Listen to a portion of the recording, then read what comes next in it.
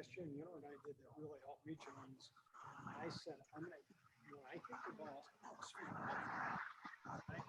This is an important conversation about golf. Oh, well, oh my gosh. But, I have to cover my ears and no, I wish it was that. Yeah, so for good, that's good.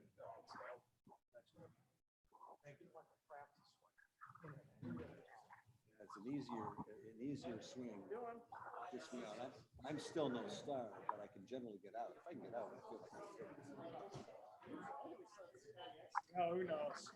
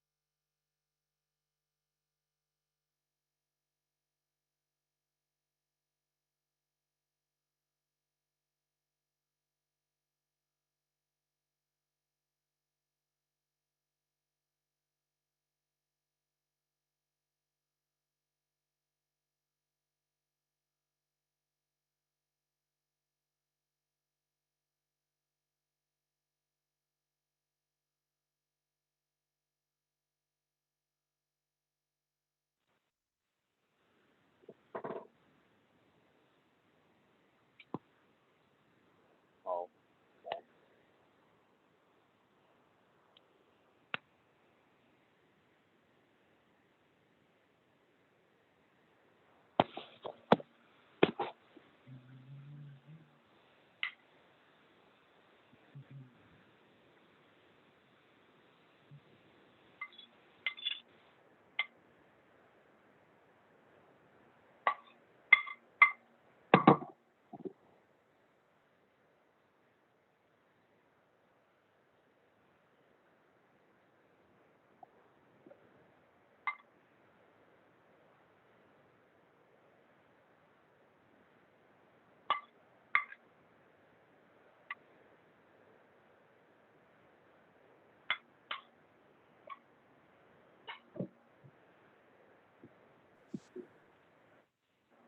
We've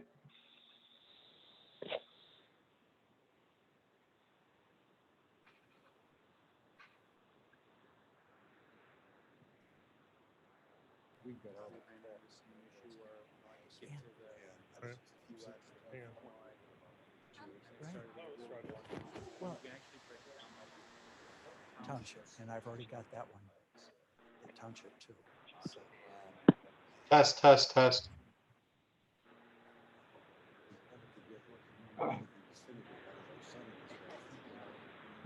Test, test, test. I can hear you. Thank you. That's excellent if you can keep it at that volume, Roger.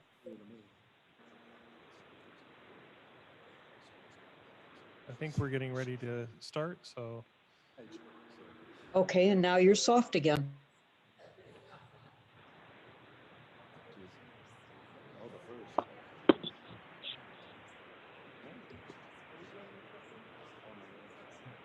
Problem.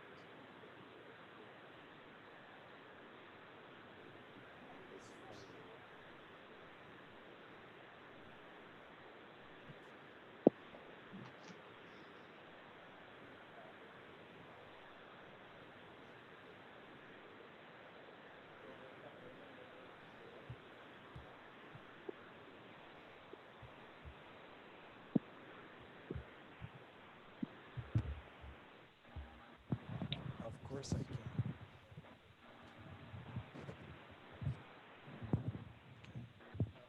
Testing? Testing?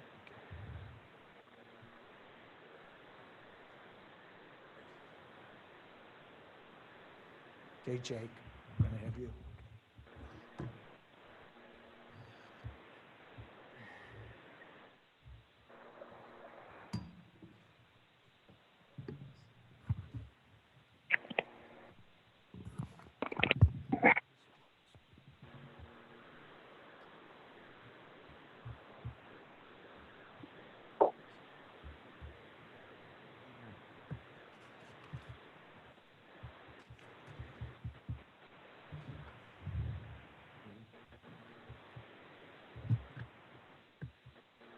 Okay, the hour of 4 o'clock having arrived, I'd like to call the Kane County Committee of the Whole meeting of July 28th, 2020 to order.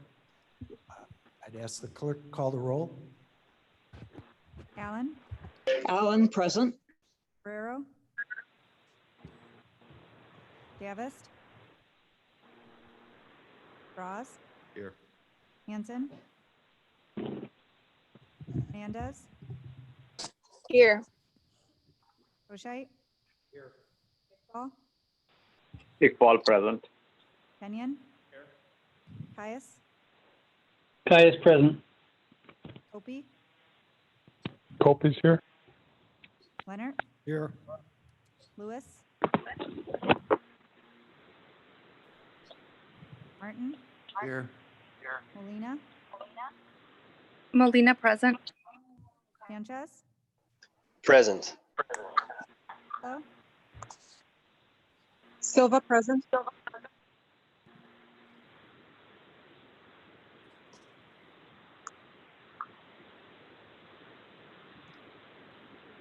Doug Sheffel here.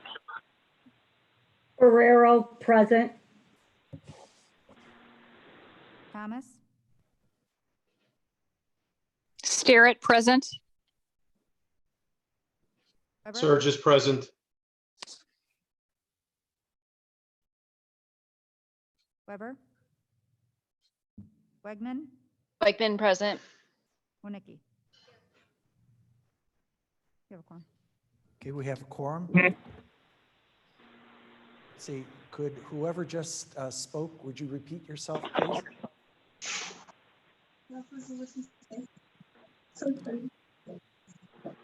Okay. Okay, next, a Pledge of Allegiance. I'd like to ask Jake Zimmerman to come to the podium, lead us in the Pledge of Allegiance. Please stand. I pledge allegiance To the flag of the United States of America and to the republic for which it stands, one nation, under God, indivisible, with liberty and justice for all. Thank you, Jake. May I have a motion and a second to approve the minutes for June 23rd, 2020? So moved by Ms. Wonicky, second by Mr. Kenyon. Any thoughts or changes, corrections? Seeing none,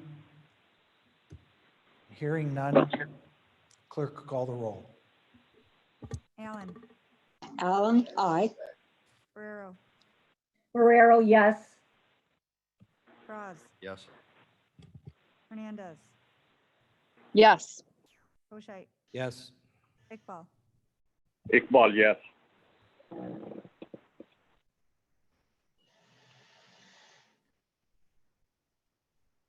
Caius, Caius, yes. Copey, Cope, yes. Leonard, Yes.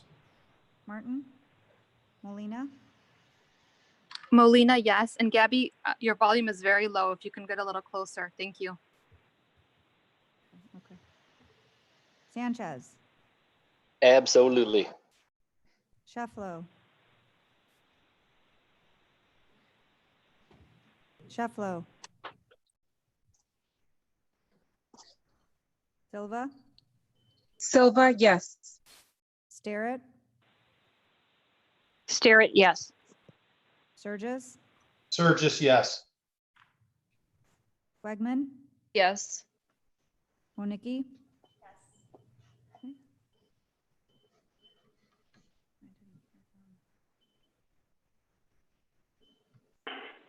Shefflo? Are you present?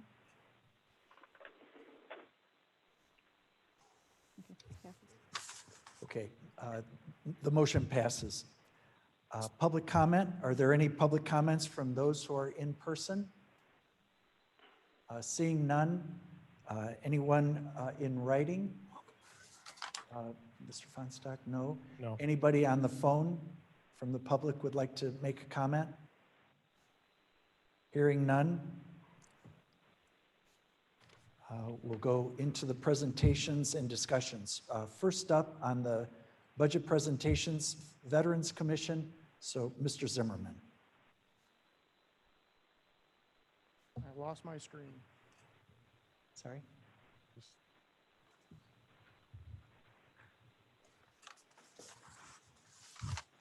All right. Good afternoon. Veterans Assistance Commission is requesting a $343,000 budget, which is 2.5% more than the budget adopted for fiscal year 2020. Important to note that although it is 2.5% more than fiscal year 2020, our property tax levy for our special revenue fund would continue to remain flat as it has for more than 7 years. This budget was approved by the Veterans Assistance Commission governing delegates unanimously in May. On the screen, you will see our very simple organizational chart. One thing I'd like to emphasize on the chart, as I have in the past, is our work study students. This is important for me to share as the work studies deliver an important cost savings to the commission and therefore savings to the county. Veterans who are utilizing the GI Bill are allowed to work at a location that serves veterans, and our office is one of those locations that has been approved by the VA for that. The VA pays these students $10 an hour tax-free as a supplement to their GI Bill benefit. This provides our office with free help from folks who have gone down the same life's path as the clients we serve. It also provides the student veterans with extra income and provides our staff with a much needed safety relief valve so that they can focus on casework and less time answering the phones and handling clerical tasks. In fiscal year 2019, our work studies worked more than 2,000 hours or more than one full-time equivalent employee. The zealous utilization of the VA's work study program has allowed us to keep a lower head count than our peer counties and therefore a lower budget.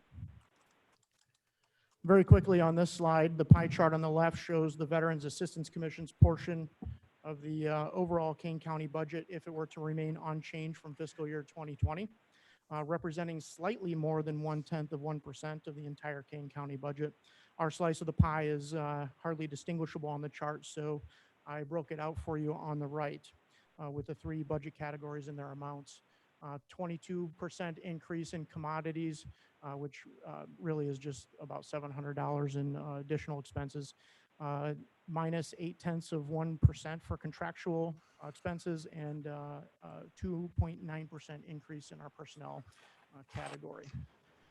Some quick facts about our budget and the investment that it represents. We are not funded through the general fund at all. We are strictly funded through our special revenue fund. Our staff was directly responsible for bringing in $3.7 million in new federal VA benefits to our clients in fiscal year 2019. And in the current fiscal year, we're at over $2.8 million in new benefits. So for every dollar of property tax revenue we received in fiscal year 2019, we were able to generate $12.28 in the form of federal disability or pension benefits that went straight into Kane County veterans or their surviving dependents' pockets and in turn into our local economy. That figure is not a savings in healthcare or value associated with the benefit. That is actual dollars going straight to our veterans and their dependents. If I could attach a value to the healthcare or other benefits we assist in getting, that would be substantially higher. I would also like to show you the investment that the federal VA makes in our county, which was almost $123 million in 2019 for the 21,000 veterans who call our county home. The chart above shows that in Kane County, the VA spent over $57 million on their health care. That's treating them at the Aurora and Hoffman Estates VA Clinic, as well as the Hines VA Hospital. Almost $54 million in direct disability payments, and almost $10 million for education benefits, some of which go to the student and some of which go to Elgin and Waubonsie community colleges, as well as other local colleges and universities. Our work touches all of these categories. We work closely with federal, state, and local partners to make certain that our county's veterans are getting the maximum possible benefit. We take a holistic approach to serving our veterans community, meaning that we look at all aspects of improving our clients' welfare, even if it is not something that we directly handle. Our no wrong door approach policy leverages our relationships with other governmental units and nonprofits to maximize successful outcomes for our clients. Our $343,000 budget request is a judicious investment to not only protect the $123 million impact here that the VA has annually, but also to grow that investment as we have done for the last 6 years. Expenses, here are the main budget expense categories. I won't bother going into too much detail, as you should have received a copy of our detailed budget request. Our largest expenses, of course, are human capital, the 4 members of our team who do a remarkable and efficient job at what they do. Wages and benefits are self-explanatory. The $47,000 in contractual expenses is budgeted for things like financial assistance for indigent veterans and our mandatory annual training to maintain our accreditation with the VA so we can continue to do the work that we do. Additionally, for 2021, it funds a one-time training for 2 members of our staff for the 16th Judicial Circuit's Veterans Treatment Court. Since the Veterans Court is a new program and the training was canceled this year due to COVID-19, our 2 staff members on the Veterans Court team would benefit from this one-time training that we do not anticipate needing in future years. $3,700 for commodities covers our office supplies, phone bills, reference manual subscriptions, et cetera. Revenues, which are not shown here, remain mostly flat, with a majority of our funding coming from property tax levy, which has remained unchanged since before 2013. The difference between our expenses and property tax revenue is balanced by minor investment income and reserve funds. Workload versus budget. Workload has increased by 334% since 2013. The workload shown here is in the number of forms completed by our staff in applying for our clients' benefits and is depicted by the green line, while the red line represents our budget over the same time frame, which has decreased by almost 2%. We were able to achieve these efficiencies due to a very well-trained and motivated staff, work-study students who serve as force multipliers, and the technology solutions that Roger's department and the VA's IT department have provided us. And finally, COVID-19 impact on next year's budget. We're not sure about property tax revenue, but if it goes the same as it did during the recession, we should still collect a vast majority of what is budgeted. There is a sharp decrease forecasted in our investment income, but this is not a major source of our funding. We have minor increases in expenses, less than $1,000 in total, due to COVID-19. These are for things like cleaning supplies, hand sanitizer, masks, but most importantly, technology solutions like Adobe Pro and Zoom, which has allowed us to continue to do our job this year and maintain our high level of service to our clients. And although we have budgeted for meetings and trainings which are scheduled to take place next year, there may be savings due to those being postponed or canceled depending how the pandemic progresses in 2021. That concludes my presentation here, and I'd be happy to take any questions that you might have. Thank you, Mr. Zimmerman. I especially like that chart about workload versus budget over your past 7 years. It's beautiful. Questions or comments for Veterans Commission? Seeing none and hearing none, thank you very much, Jake. Thank you. Okay, next on the agenda is the Law Library. So Ms. Haley Cox, thank you for coming today. Good afternoon. Good afternoon. Again, I am Haley Cox. I'm the director of the Kane County Law Library and Self-Help Legal Center. A lot of you here already know me. I've been with the county about 26 years now. So, oops, we lost the screen again.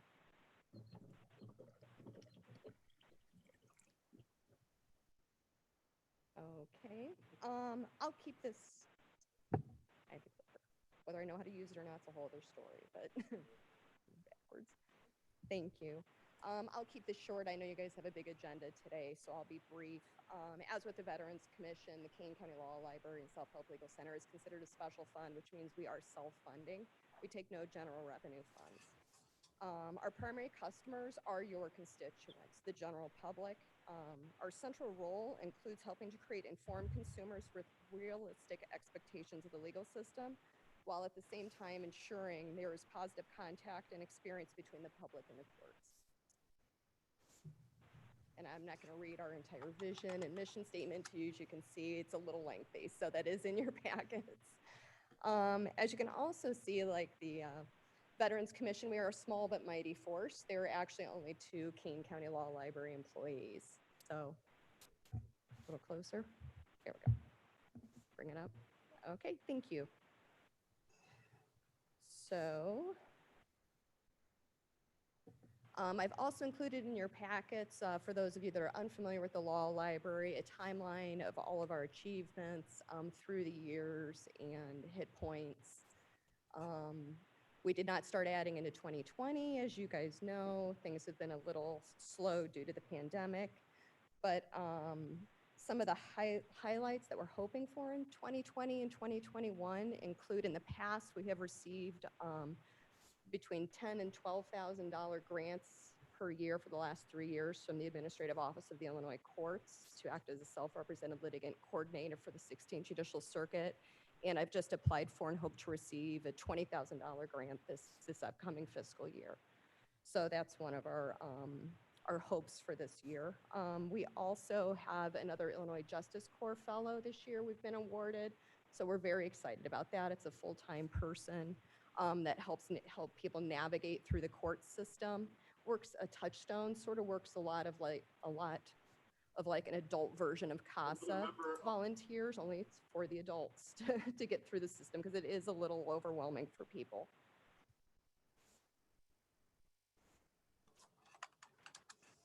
Here are a few of our public programs that we've had in the past.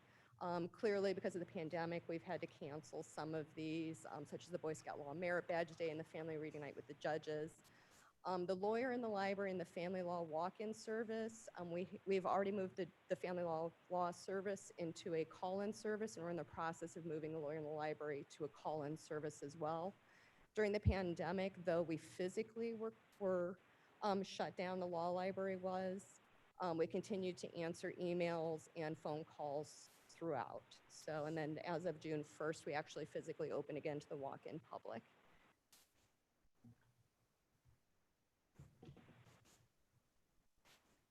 Here are just some few brief statistics. An average of 97% of the Kane County Law Library and Self-Help Legal Center users are not county employees. They are the general public. People looking to, do divorces and buy houses and create leases and things of that nature. People defending themselves in court, small claims issues, things of that nature. So as you can see, our numbers have decreased, but I think we're still doing a pretty darn good job considering the decrease was due to a pandemic. We still hit almost half of the people. We've still assisted almost half the people that we did last year in a non-pandemic situation. So I'm pretty proud of those numbers. In terms of our budget, some hit points. We're not a union group, so that's not applicable to us. We did increase the staff wages by almost 7.5%. We were well below the median for our professions and the longevity we've had. So we just did an adjustment to bring that up. Of course, the benefits then changed in combination with that. But based on the reduction in travel, we've canceled 2 phone lines. We've been able to move to a different phone system for our phone and volunteer services. So it's a lot cheaper for us. So through all that, the cancellations of things have leveled out the increase in the budget line, in the salary line item. So we still are coming in below, almost 5% below last year's budget is what we're predicting. And that's all I have. Does anybody have any questions? Okay, any questions for Ms. Cox? Seeing none, any from the people participating on the phone? Hearing none, thank you very much, and thank you very much for 26 years of service. Okay, next on the agenda is the Merit Commission. It has on the agenda Mr. Burgert, but we have Todd Zeiss with us today. So thank you very much, Mr. Vice Chairman. Hi there. Good afternoon, everyone. My name is Todd Zeiss, Z-I-E-S, with the Kane County Merit Commission. Our budget is on file with everyone at this time. Our budget for this year has stayed pretty much even throughout the year. Our expenditures have gone down just like most everyone's. in everybody's capacity. They've gone down. We haven't had any meetings or very many meetings. No testing and advertising money has not gone out. So we do have a little bit of money right now. The testing, we're going to be doing testing for lieutenants and sergeants.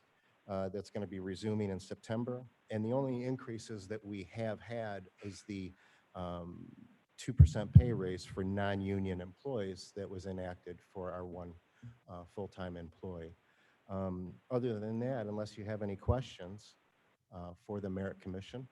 Okay, any questions or comments? Seeing none. Any from people participating on the phone? Hearing none. Thank you, Mr. Zees. Thank you very Appreciate your much. presentation. Next on the agenda is Sheriff Hain. Thank you very much for coming today. Thank you. As my PowerPoint loads, I just want to thank all of the county board members for their extra time during the coronavirus pandemic that you've dedicated to this boardroom here and virtually. That's on behalf of my staff as well.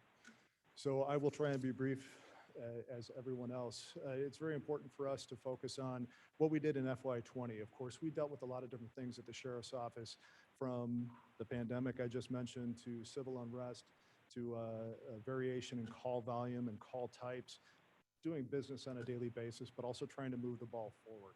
So much thanks to the county board, we were able to acquire 13 new vehicles, which put our fleet closer to full service where we need to be. We added 2 electric vehicles to the fleet to increase our efficiency there. Of course, in the last county board meeting, we approved the dash cam and body worn camera system implementation, which is on track to be done by the end of October. We do have 1.5 deputies assigned to a federal task force, which generates some new revenue in 2021. We cannot budget for that. However, we intend to be completely transparent and offset our general fund budget with that new revenue source. Our EHM program affects many other entities across the county in a positive way. So not only does it minimize our jail population, keeping costs down there like we've seen through COVID times, but also it benefits our public defender, our state's attorney, our judiciary, to be able to keep people out of the court system, or out of the jail system, but have them accountable to the courts. Proud to report that our jail is still COVID-free, much thanks to our staff and all the policies and procedures they've put into place within the facility. Our medically assisted treatment program has still been in full force and survived the pandemic situation, which of course the heroin epidemic has not subsided during the pandemic. It's just not getting the headlines. So when we emerge from COVID-19, expect to hear the headlines about an increase in opioid dependency and overdose deaths. We've been able to modernize our SWAT and hazardous materials and devices unit over the last 1.5 years, acquired that e-dashboarding to better monitor our staff activity and reduce work comp claims, reduce use of force claims, and give us a real finger on the pulse every day that my administration comes into work on issues that need to be addressed on a continued basis. So as we look forward to 2021, as part of our capital request, we do have a camera systems upgrade and corrections in our courthouse that would replace a 12-year-old system that is very antiquated and not up to standard. We still are pushing forward on our treatment center leasing concept and working with the state's attorney's office and our leasing agent on that project. The EHM project is a monumental lift, of course. It's not just getting our staff internally set up to provide this full suite of services, but it's also getting, again, the judiciary, public defender, state's attorney's office up to full speed on what we can and cannot do with the program. So that continues to be a major project. We want to go from 17 people where we are today to upwards of 80+ people in the year 2021, back to previous performance standards. And of course, we still have to deal with COVID-19 and perform all those flexible roles that we're facing. So the Sheriff's Office does generate a fair amount of revenue on behalf of the county. So we have to assess what we see right now in 2021 that's going to bleed into, in 2020, that's going to bleed into 2021. So our weekend prisoner fees will most likely shift from being weekend prisoners to an electronic monitoring format. So that will equate in revenue on the EHM budget line, but you see where we are as of right now in 2020. We're at 33% of where we thought we would be for the year, and on down the line with those 4 different areas. Auction sales are at 0%, and we can expect that to continue for the most part because of law changes that now require us to send all our vehicles for auction, all our seized vehicles for auction to the state for processing and auction sales instead of us doing it internally.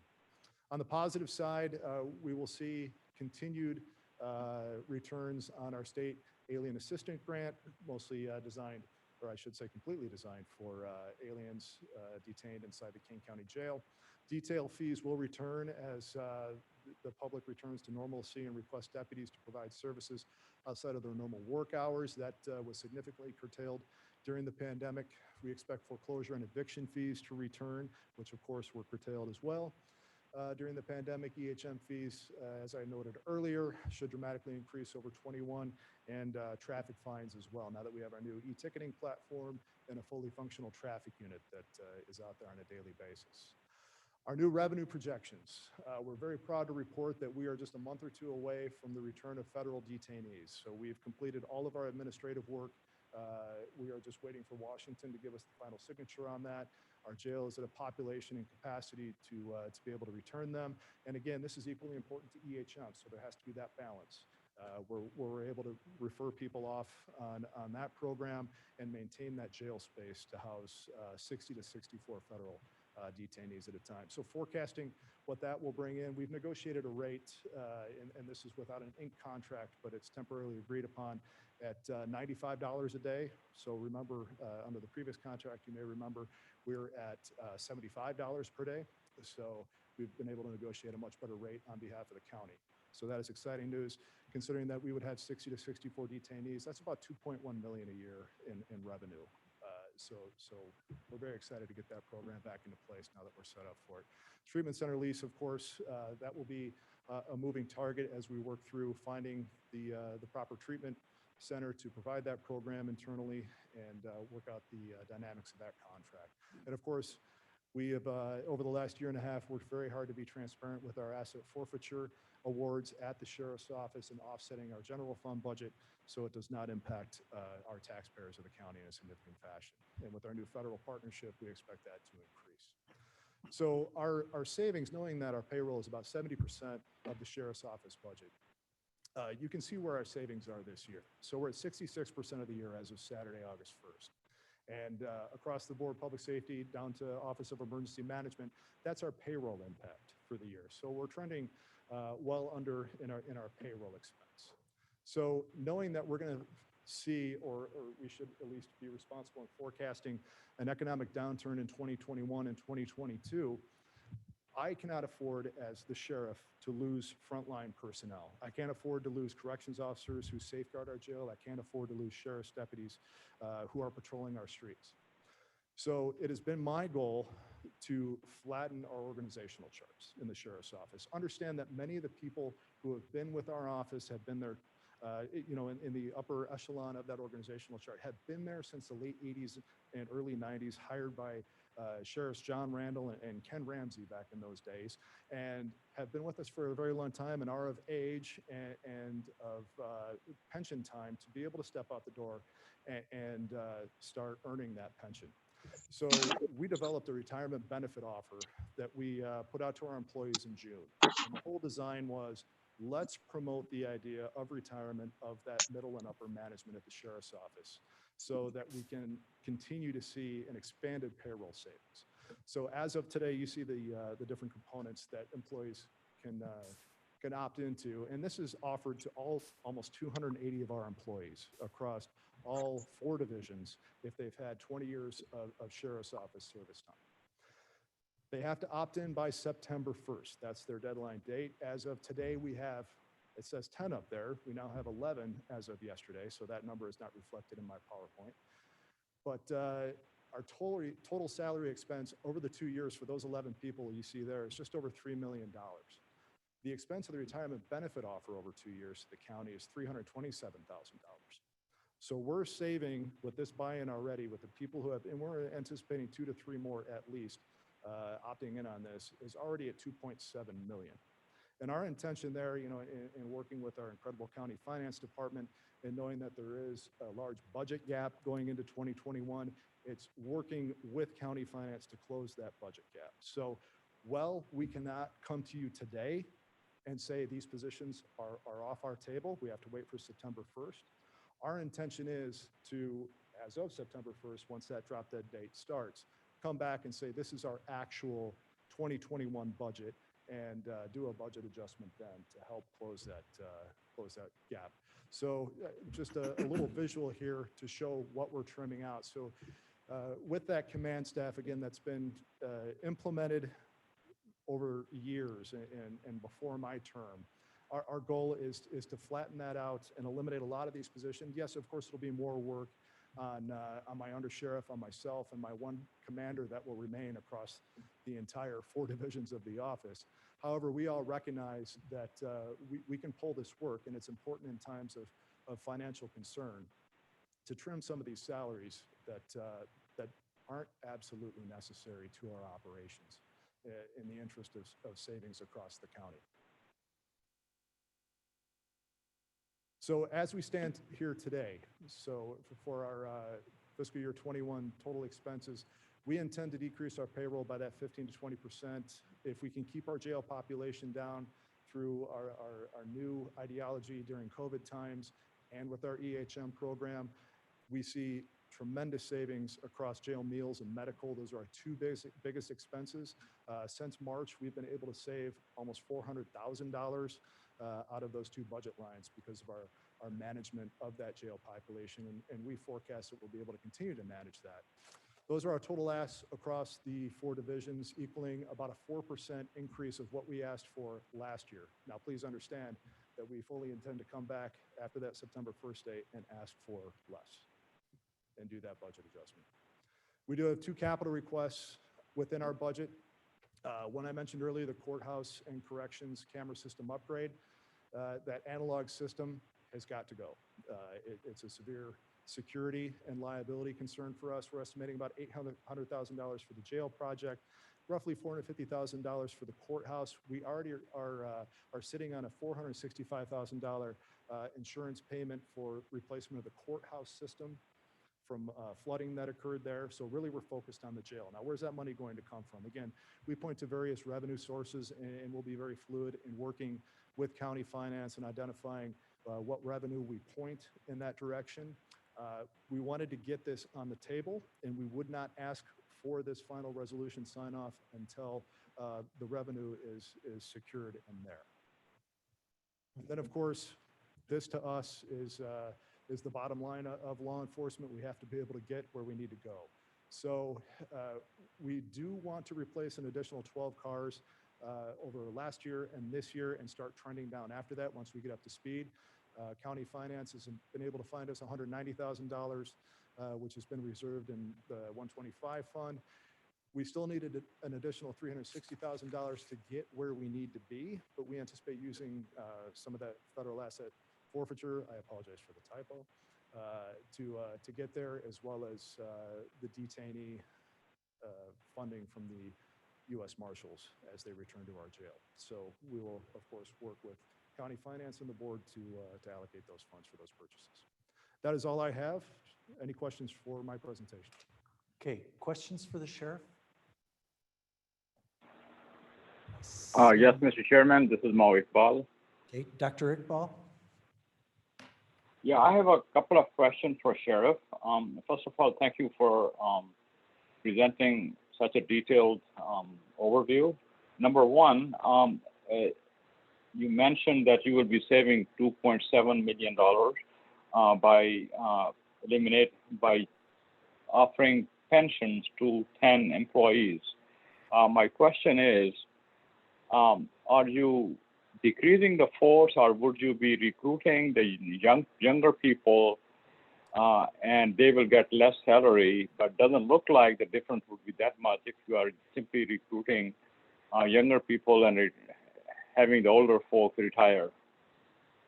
That's a great question, Doctor. So we're going to slow hire those positions as they are middle and upper management with the intent to not replace the majority of them. So we'll, of course, continue to refill the front lines, but would not make promotions and increase salaries within the agency.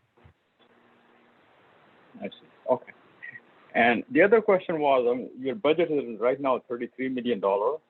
And 2 years ago, when you were running and I was running, it was under 30,000. We would never say word 30 because that would somehow cross the limit in people's mind that it is such a large budget. It will be 29 or something like that. But now it is already in 2 years, roughly 5% every year, looks like. So we are not really saving. You are saying that we are decreasing 15 to 20%, but looks like the numbers are on the rise. The bottom line is 33 versus 29 2 years ago. Yes, that's a great point. So the issue that the largest impact on my budget, again, 70% is payroll. And as these people reach longevity, as they receive their union increases, merit increases, and exempt increases, the budget continues to bloat. So that's the entire focus of that retirement benefit offer, is to remove those salaries that create such a dramatic impact on our budget. And so in doing so, I forecast that by 2022, we'll see that drop back under $30 million. And of course, with the return of various revenue, like the Marshals program and of course the treatment center lease, that helps us flatline that curve. Okay, thank you. You're welcome. Okay, thank you, Dr. Iqbal. Any other questions? Doug Shefflow here. Okay, Doug. Chairman, yes. I read today, this is for the sheriff, I read today that the governor is allowing transfers to the state penitentiary. And I'm wondering if that we've been holding prisoners who should go to the state, if that's true, and then is that going to impact your budget going forward? Yes, absolutely it will. So as of today, we have 39 detainees that are sentenced to the Department of Corrections, and this has been since April that they've been sentenced.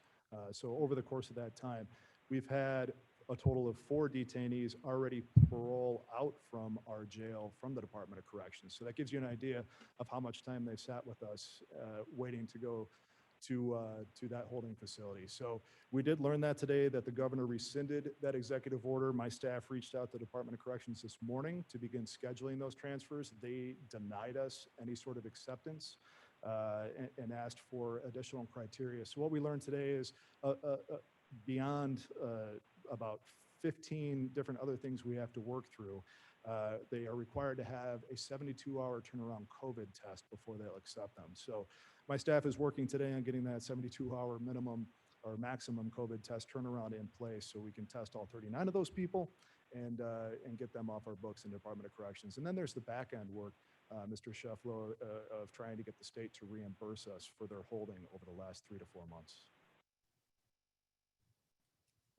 Has that been understood that they would be reimbursing you, or?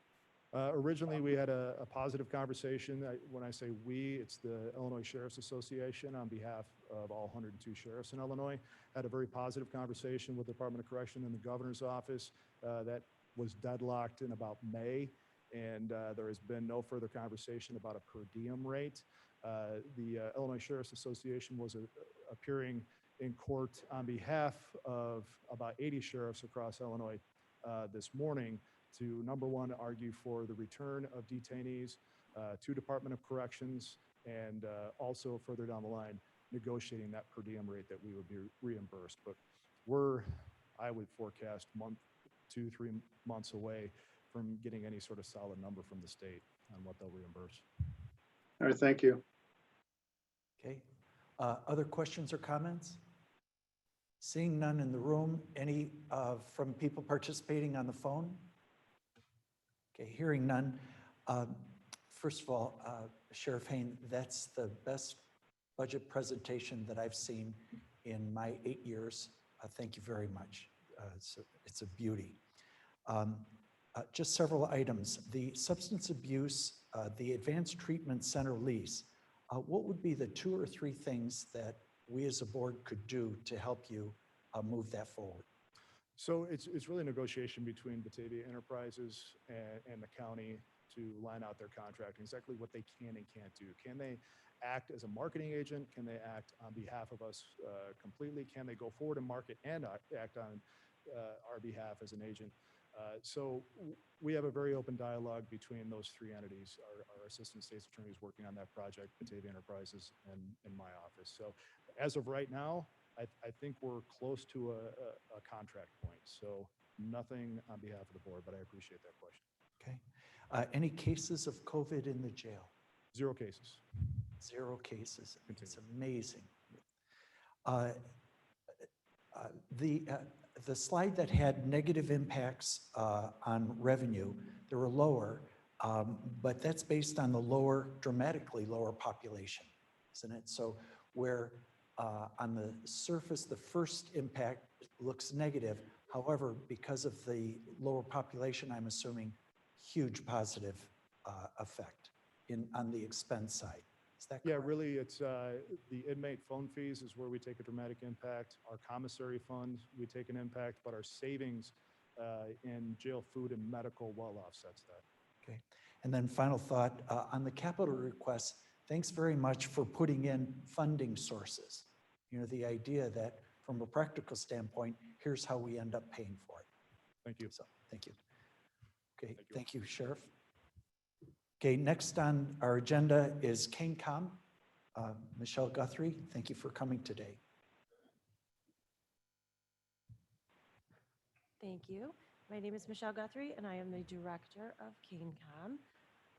KingCom is one of the 911 centers in King County. There are a total of 5.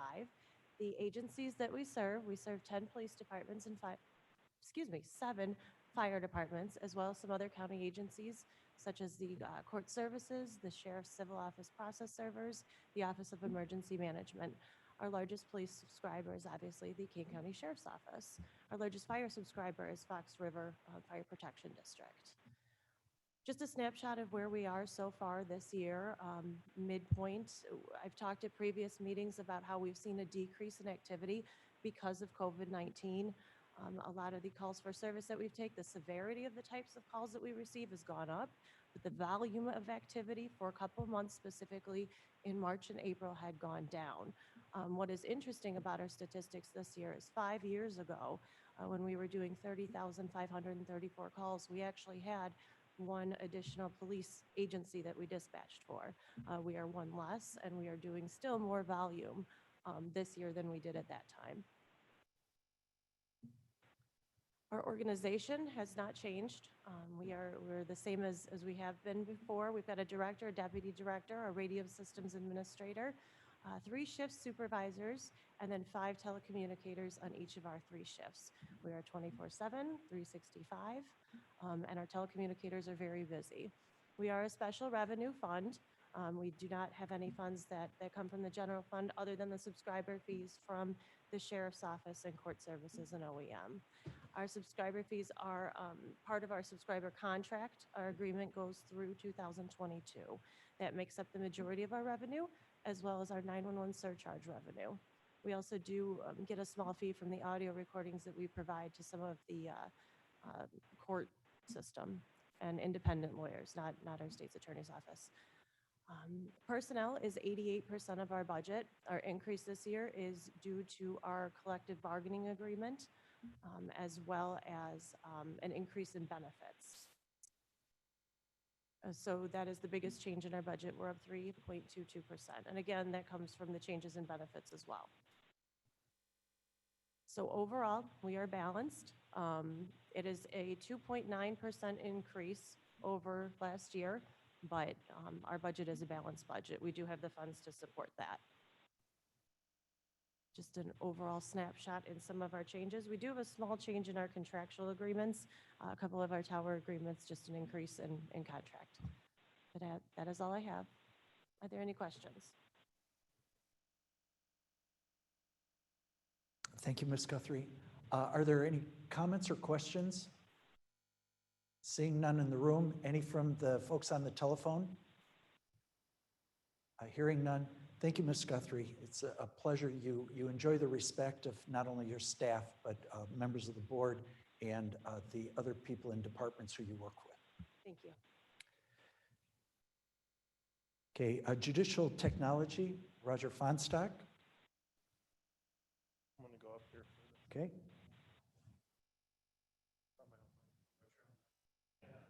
We're going to try this other mic, maybe. We'll see. All right. Good evening, everyone. So the budget that you have in front of you is for the Judicial Technology Sales Tax Fund.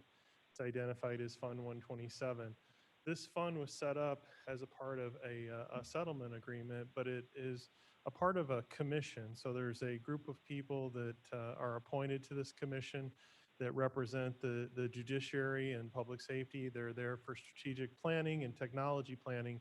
The actual commission, as it was set up, was originally put together to help replace the court case management system, the state's attorney's case management, and the public defender's case management system. So those systems were originally the focus of this. The commission evolved into more of a strategic planning group for the various stakeholders in the judiciary and public safety. The funds from 127 are all from the RTA sales tax. This is one of the divisions of the sales tax money. It goes to transportation primarily, and then there's a portion that's in public safety, and then this portion of 127, which is the judiciary. So the budget itself is based on revenue from the RTA sales tax. The revenue last year was about 1.1 million. We adjusted that down to 980,000 because it's based on sales tax, and finance was indicating that they see a forecast a little bit lower just to be conservative.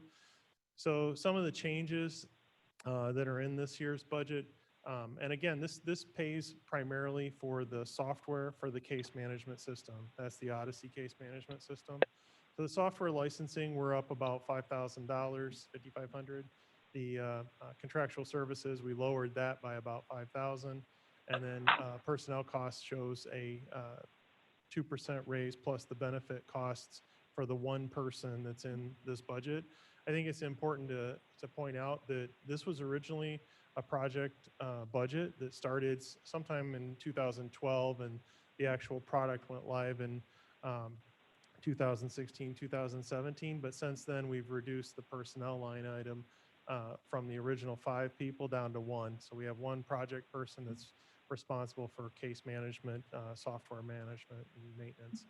The last item is the net income encumbered. That balances out the special fund. So we're going to budget $980,000 and spend $980,000 is what we're proposing. The salaries and wages is the first couple line items. You'll see the small increase in wages and benefits. Again, you're going to see the change in contractual and consulting services. It's down $5,000. Those are for services that we contract out in support of the system. Different consulting as we need it during, throughout the year. I would also look at the software licensing cost. The software licensing cost is the maintenance on the system. When we made the initial investment was just a little over $11 million.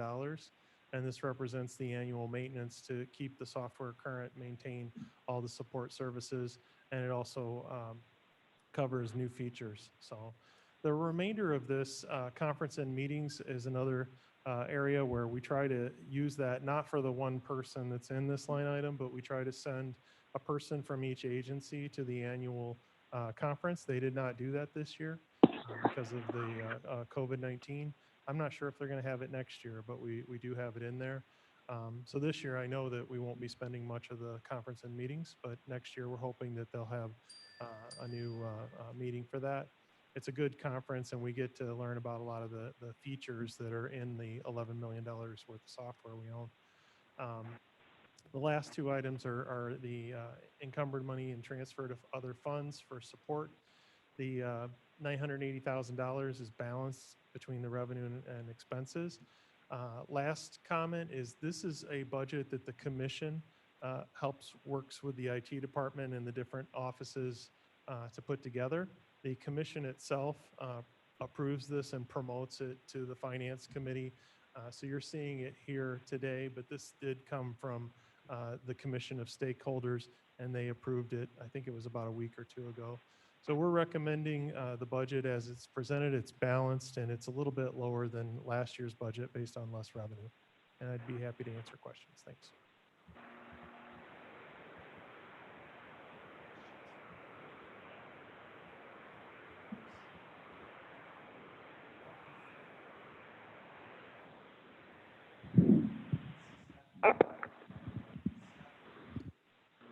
Okay, this is not the department presentation, but one of the very important projects to the entire county in the automation of the court program.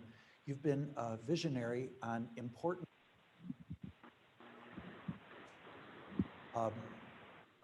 over now approaching a couple of decades. If you could point to one or two things that you'd like to see happen in the next year as one of our senior managers, what would those one or two things be? That's a loaded question. I think in terms of the technology and the county in general, we obviously need to continue to invest in automating services. Anything we can do to automate and push services out to the edge where people can do things from the comfort of their home or remotely online. Those are some of the things we're going to be focusing on, especially in the courts, but in other areas of IT. What makes that possible a lot of times is the connections and communication systems infrastructure like fiber optics, trying to deliver services to as many buildings and areas as we can internally, but also externally to the outside world. The other thing is the continued maintenance of systems. We have a lot of big systems that require a lot of maintenance, and it requires attention and a rotation and schedule that is maintained by our team. So keeping on that schedule has been difficult because of the circumstances we see now. We have a couple of large upgrades that are on the horizon that we need to do to keep current. So I see those as big projects as well. The last piece would be people. I think some of the people that we have are absolutely critical to our success. We need to retain those people, keep them trained, make sure they're able to do the things that they need to do for us. And they're just awesome. They've done incredible things this last 3 months. So I'd like to see how we can continue to retain them. Okay, thank you, Roger. Okay, any other questions, comments? Okay, I've got one, Mr. Chairman, Mr. Copey. Okay, Mr. Copey. Thank you, sir. Roger, we have an expanded vision on our fiber optics network that may be in development as regards to some funding that we're receiving through the CARES Act. And I was wondering, do you have any long-term vision for that system? I think there's two different paths or two different things that we focus on. One is internal infrastructure for critical systems. So we have critical infrastructure that supports the courts, public safety, health. Those systems we have to maintain, operate, and provide business continuity internally. Then there's the external systems, or the people that are outside of our systems. They're trying to get to us or trying to communicate with us. They're also trying to communicate with their peers and neighbors and other private business and service providers. So we like to work with resellers and partners in the community that are carriers and other agencies that want to leverage our infrastructure and what we did to provide those services. We have not been a direct provider of services to private homes or businesses. We work with resellers. So we have a large asset. It's a large piece of infrastructure. And if there are people that can make solutions for communities or schools, we want to partner with them, and we want them to realize that we have this asset and it can help them deliver those services. So that's kind of the internal and external side of what we try to do. One more question, sir, if I may. Mr. Copey. Thank you. I know that the Department of Agriculture has been setting aside huge grant money to develop infrastructure for the rural areas. And I would assume that the cable franchisees in our county have probably attracted some of that money. Is it a possibility that they can partner with you and then use our design and perhaps recoup some revenue out of our design? If it was a usable design for them, maybe we could partner with them. Thank you. I can respond to that briefly. The answer is yes. We work with iFiber, the state of Illinois, and all the regional partners. But I would also say that related to the 127 budget, this is probably a digression that maybe others.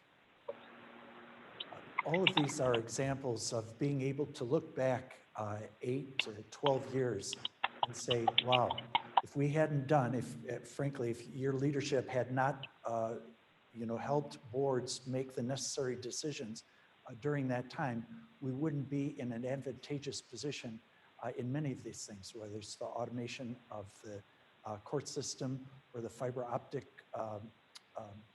backbone that's in place but not complete. And so I would ask this board to put yourselves 10, 12 years from now, looking back at the decisions that we make in the next several months to allow you to have put in place then decisions that you have to make now. So thank you, Roger. Thank you. Okay, next up, State's Attorney Joe McMahon.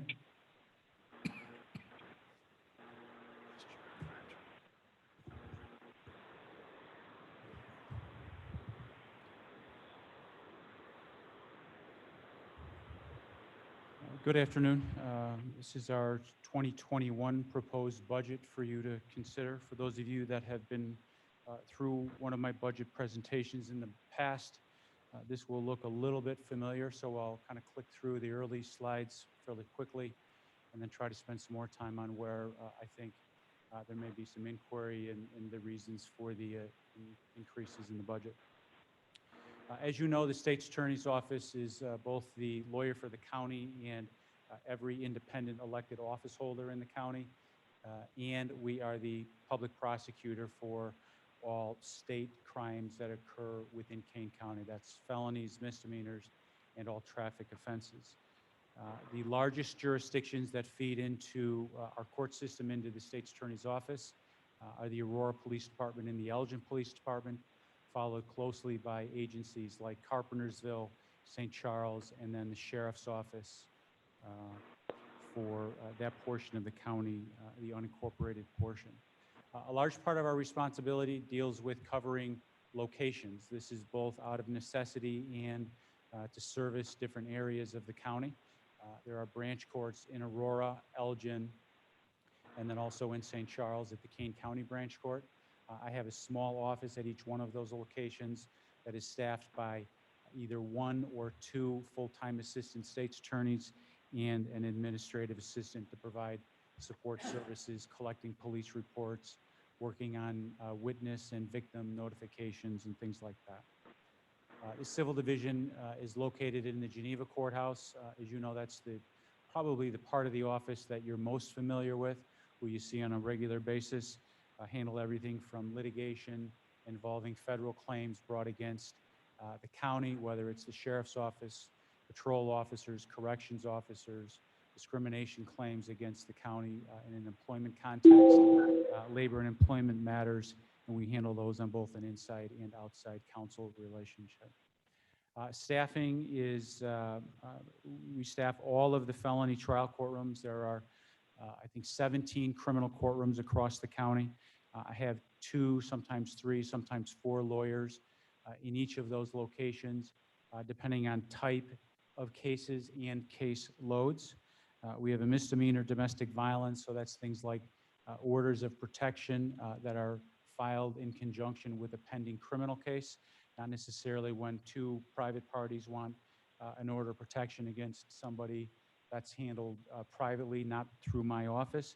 but in many cases, there is a companion order of protection that is reviewed, prepared, presented to court, and then when violations occur, those violations are prosecuted as well.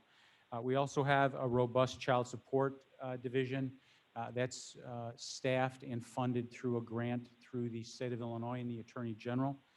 We have a child advocacy center. I think you're all familiar with that, but very quickly, that is a specialized center in the county.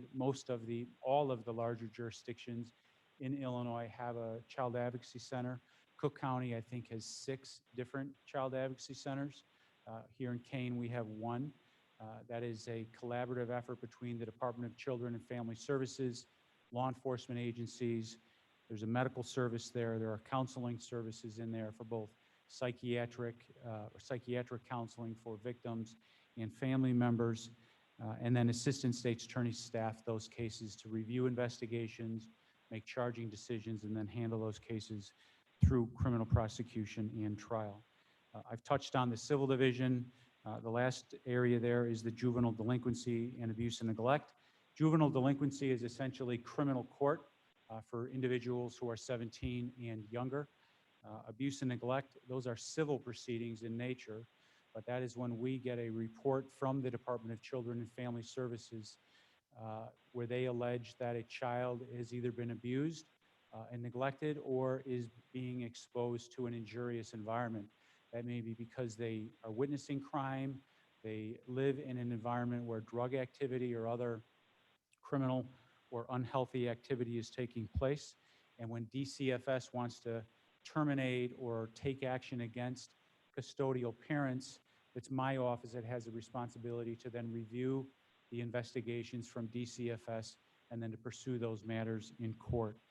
This year, we've seen a dramatic, for those of you that serve on the Judicial and Public Safety Committee, I've talked about this a number of times. This year, through June 30th, we have already exceeded the total number of cases that were filed, that were referred to us in 2019 and in 2018. I think that's reflective, I know that's reflective of a handful of high-profile cases around the state where DCFS did not take action, and then children or family members were seriously injured or resulted in loss of life. I have 60 assistant state's attorneys, about 122 total staff, so that's about another 62 non-lawyer staff members. The non-lawyer staff members are our back office support, so finance, HR, certainly we have some office people just to move the volume of files to the 7 different locations. The receptionist, then we also have paralegals and administrative support for the lawyers. The ratio of administrative support to lawyers is about 4 lawyers to 1 admin. The rest of the work is done, as I said, by kind of what I'm calling the back office support. What's not on this slide, and I think is important to understand, are some of the other responsibilities that really are part of our day-to-day activities in the state's attorney's office. And on an annual basis, there are literally hundreds of grand jury matters that come through the office, grand jury subpoenas, wiretap, over here applications, so that's electronic surveillance, secret surveillance, but done under the auspices of a judicial or a court order, so there's a due process application process that is reviewed for those applications and those court-ordered overhears or search warrants through the grand jury, whether it's issued directly by a judge, what have you. We also manage 2 grand jury sessions per week, where between 40 and 90 cases a week are presented to one of the 2 grand juries. Several years ago, I and the Chief Judge's Office worked to reduce the grand juries from 2 a week to a single grand jury a week. We try to do that as a cost savings measure. I think about a year ago, we saw an increase in the number of cases in the system. We could no longer get all of the cases through the single grand jury. And so I requested from the Chief Judge that he reinstate the 2nd grand jury, and that has helped us kind of move cases through the system a little bit. What also is not included here is our work with the homicide support group. We are one of 2 counties in the state of Illinois who provide victim services to family members of people who have been killed either in a reckless homicide, an aggravated DUI, or obviously a homicide-related case, whether that's first-degree murder, second-degree murder, or some lesser form of like involuntary manslaughter.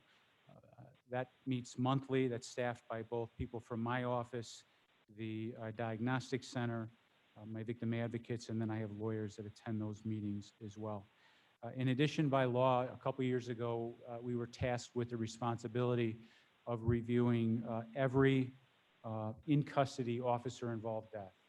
So anytime that there is a traffic pursuit where there's a vehicle crash and somebody is killed in that crash, and a police officer, any police officer in the county, not just the sheriff's office, but any of the nearly 1,400 police officers across the county, those cases are reviewed by the Major Crimes Task Force, and then there's a Major Crimes Accident Reconstruction Team that investigates those cases. All of those cases come to my office for review pursuant to a state law that was passed several years ago. In addition to those types of cases, all in-custody deaths, so somebody dies in the custody of a local jail or our county jail, those cases are reviewed by my office. And then, of course, anytime there is an officer-involved shooting across the county, those are reviewed by my office as well. While there's no average and there's no typical case in those scenarios, they are all highly complex, loaded with serious issues. We've seen anywhere from 3 to 5 of those cases each of the last couple of years come into the office. The next page is an organizational chart. That is a complete organizational chart. It's fairly flat. You'll see that there is one box. It's kind of difficult to read there with the print. It's the first assistant position. That I left open when the former first assistant, Jody Gleason, was named a circuit court judge in Kendall County. I've included that. I've left that in for next year's budget for the incoming state's attorney. Here's just kind of a quick graphical image of filings over the last couple of years, broken down by felonies and misdemeanors, DUIs, traffic, and then juvenile cases. It's a little bit difficult to see what you're seeing there since we're in mid-year. Those are numbers based on a half of a year for each of the same time frames. Here is kind of an overview of our expense side of our budget. We're really, I mean, certainly we have a revenue side of our budget, but I'm not a revenue generating office. I don't get to pick my prosecutions based on my ability to collect a fine or impose a fine. Cases come to my office from one of the 32 state, local, or federal law enforcement jurisdictions that work in Kane County on a daily basis. The biggest increase, if you don't have a copy of that in front of you, it's kind of difficult to see on the screen, is the top line in the general fund. There's an increase of just over $1.6 million. That increase reflects a couple of things. It reflects a 2% increase in salaries. My entire office is non-union, so that's covered across the office. There's an increase in health insurance costs.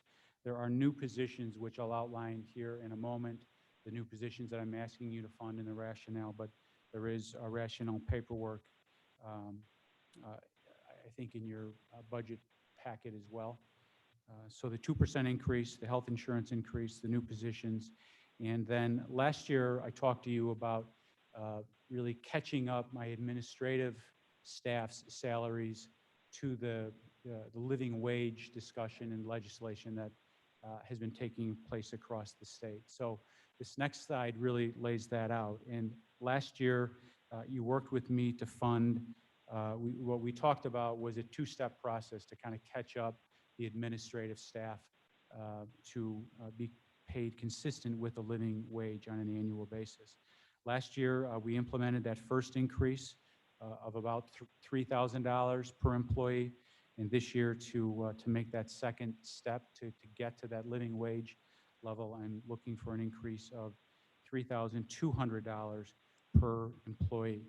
This next slide represents just kind of some comparison points that, and this is the exact same information that I presented last year. So to the extent that some of these comparison positions increased from last year to this year, that increase is not reflected on what's in front of you.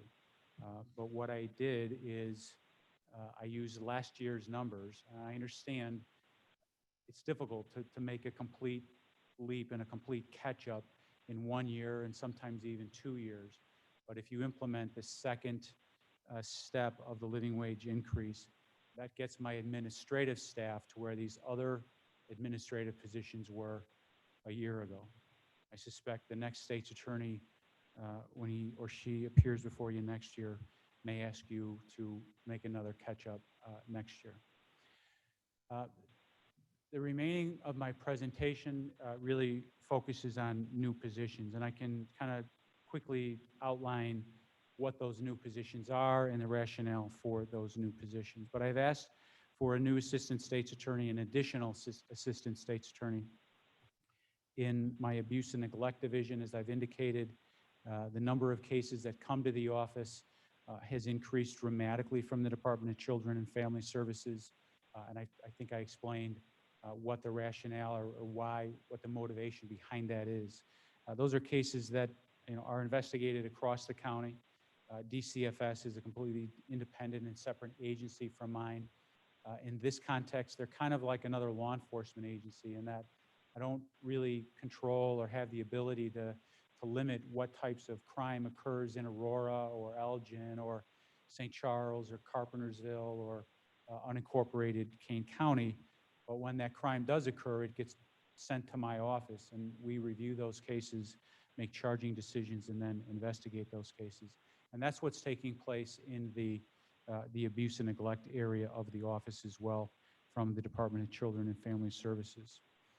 The next category of additional staffing positions is in the area of assistant state's attorneys. So I've asked for an assistant state's attorney, 2 in my special prosecutions bureau. One is to handle large-scale drug cases. You heard the sheriff speak just a couple minutes ago about we continue to see an increase in a significant demand in the area of heroin sales, cocaine sales. Many of us thought, or some of us might have thought that there was going to be a reduction in drug cases with the legalization of cannabis in the state of Illinois, but the reality is those low-level cannabis cases were already being diverted out of the court system. I have had a diversion program for low-level cannabis cases for many years. Where we're seeing an increase in drug cases are in the large-scale, hardcore, street-level narcotics like heroin, like cocaine. We're seeing a recent increase in LSD, and the other one's escaping me right now. But the 2 main ones are heroin and cocaine. The other area where we need additional work is, or additional staffing is in cases involving sexual assault and domestic violence. Many of these cases are now being, they're still being committed, they're physical acts of violence, but they're being perpetuated through the use of social media, whether it's apps, whether it's social media like Facebook or other types of platforms, and the ability to collect, analyze, preserve, and then present that evidence in court is becoming more and more complex. More and more of our evidence is becoming digital. It takes more time to collect. It's a slower process, and so I need additional staffing to address that. The remaining areas are administrative support. Kind of ties into what I just said. As you know, I believe you are funding body-worn cameras for the sheriff's office and dash cams for the patrol division of the sheriff's office. Again, while the sheriff's office is not a small law enforcement agency in the county, it is much smaller than either the city of Aurora or the city of Elgin. I'm not sure how it compares to St. Charles and Carpentersville. I think it may be a little smaller compared to both of those departments as well. Just on the patrol side, I'm talking the kind of the law enforcement side. When you look at the entire sheriff's office, obviously it can be bigger because you've got the correction side and the jail staff, and you've got that aspect of it. But more and more of these departments are adopting this technology, and this evidence is coming to my office. We have to be able to process it. We have to be able to review it. I have to be able to collect it and organize it. And I need kind of a records division to collect that, not just from the law enforcement agencies, but more and more businesses and homeowners are adopting surveillance type technology, whether it's doorbell technology, whether it's more sophisticated surveillance cameras on their businesses or those homes. And those are great for law enforcement. That's what judges want to see. That's what juries want to see. That's what I want to see. That is the most accurate picture of what happened, as opposed to getting it filtered through a witness. I and the judge and the jury can actually see what occurred. That evidence has to be processed, collected, organized, and presented in court, and that's becoming more and more complicated. So that is an overview of my budget. The last page is just grants. We did get an increase in 2 grants from DCFS for an additional investigator at the Child Advocacy Center. And I believe that's it. I can answer questions if you have questions. Okay, are there any questions or comments? Seeing none, and any from folks who are participating on the telephone? Okay, hearing none. I'd like to make a comment. Oh, good. Okay. Mr. Chairman, this is Mr. Copey. Okay, Mr. Copey. That was an excellent presentation. And I'm looking forward to working with you on your needs there. Thank you. Thank you, Mr. Copey. Okay, others on the phone? Okay, hearing none. 2 quick questions. The one is the 1.6 million in criminal division increase in the general fund. That's an increase of 28% in the criminal division. Is there a source of funding for that increase? So as I indicated, I'm not a revenue generating office. I understand I have a revenue side of my budget. The revenue would come from fines, fees, costs that are imposed, and then that portion that would be allocated to the state's attorney's office. But the Illinois Supreme Court has really changed how fines, fees, and costs can be imposed and can be collected. And again, the idea of prosecuting for revenue collection is just something that's inconsistent with the responsibility and the mission of the office. So the short answer is that there is not a specific line item that would fund that aspect of the budget. Okay, and then I should know the answer to this question, but I don't. What is the sub-department code for the civil division? Where would I find in the budget summary documents? So I don't know the number offhand, but it's generally, I refer to it as the insurance liability portion of the budget, and I just don't know the code that. No, I understand. That's good enough. Okay. Okay, thank you. Seeing no further questions or comments, and hearing none, thank you, Mr. McMahon. Thank you, Mr. Chairman.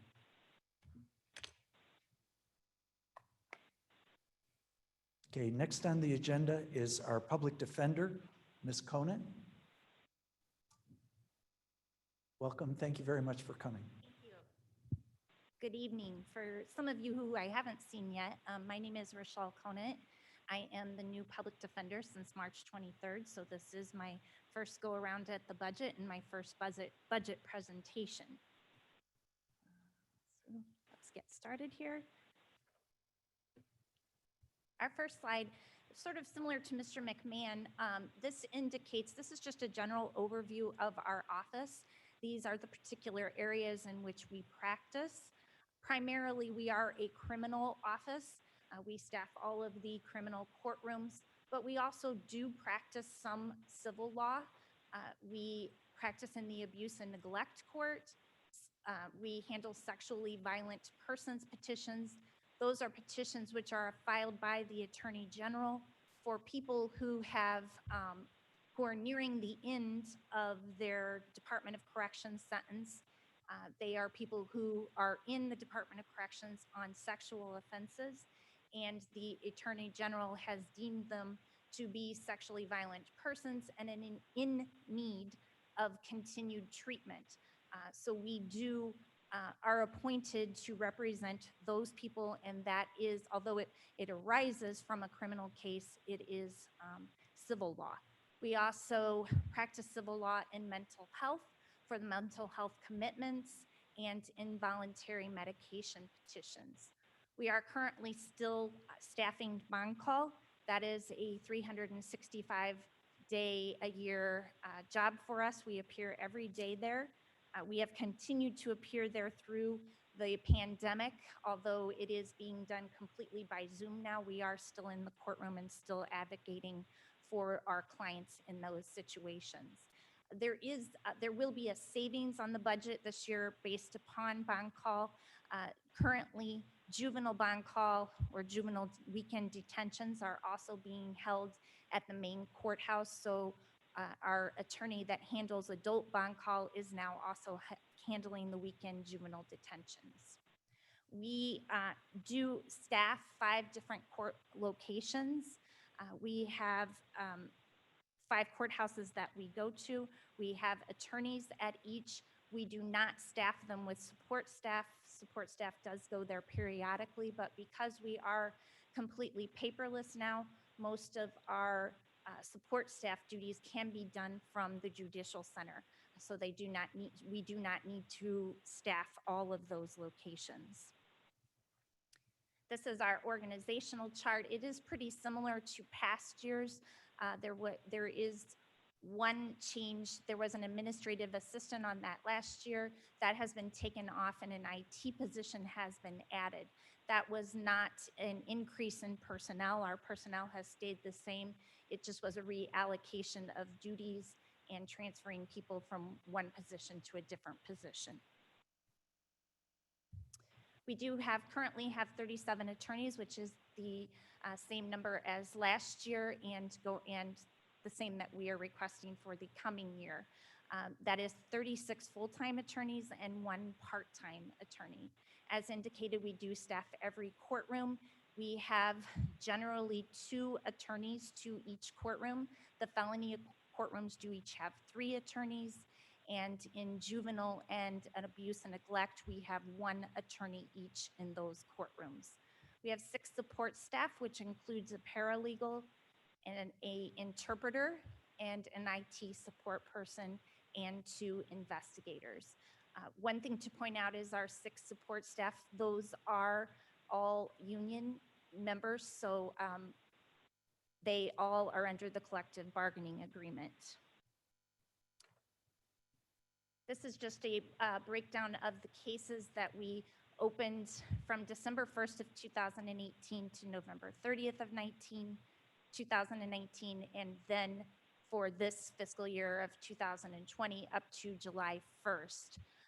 Clearly you can see, and there's another slide will give you a better breakdown, but the pandemic did sort of slow down our business a little bit, although it is ticking up now, and our caseloads are increasing quite a bit at this point. Right now, for open cases for our attorneys, I ran the numbers today.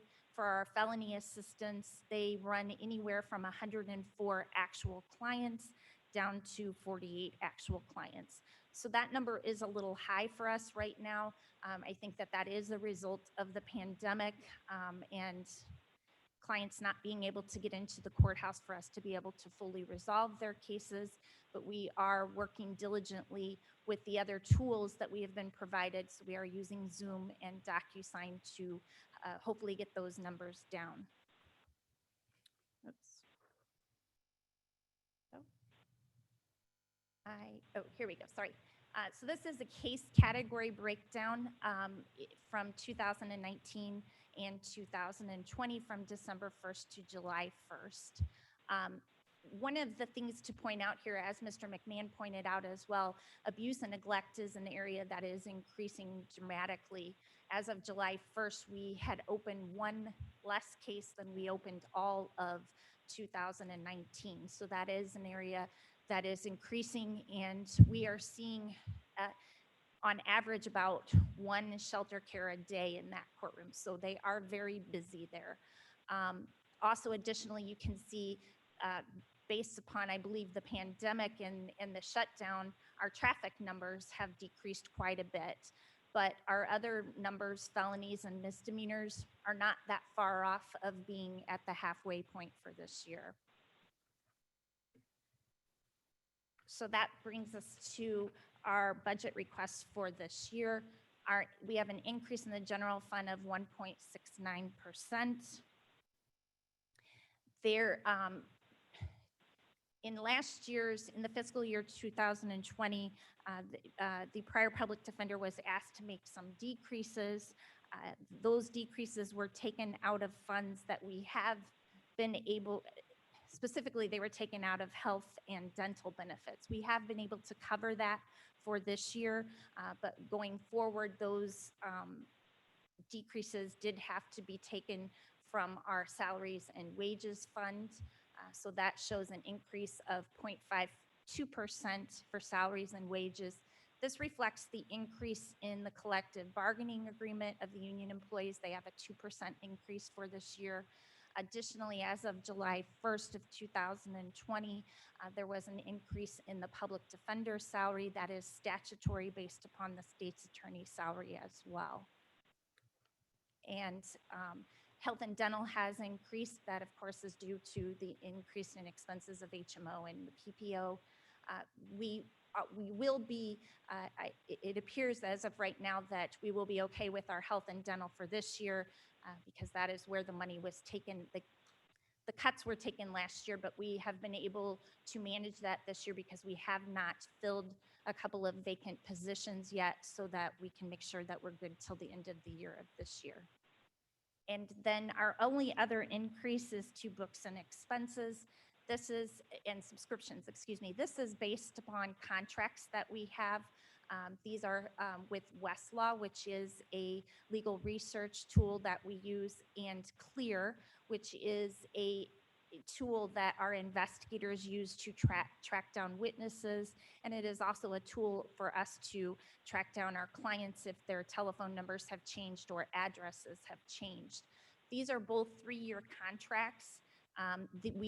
Fiscal year 2021 will be the 3rd year of both of those contracts, so they will have to be renegotiated at that time. It is a 3% increase each year in those in the agreed upon contracts.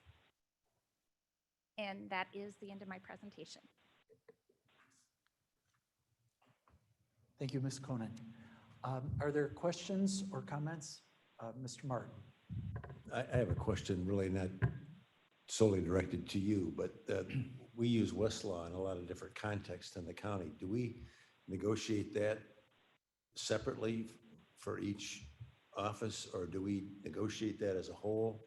It would seem like we'd have some decent leverage if we go in and do it as a group, but I'm asking a question and not making a recommendation. I don't know.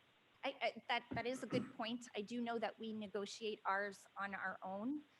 So I don't know if that's ever been talked about doing it as a county as a whole, if we could get a better contract that way. But I do know at this point, the contract that we are in was a 3-year term, and we did negotiate that on our own. Okay. Okay, other thoughts? Mr. Hoshait?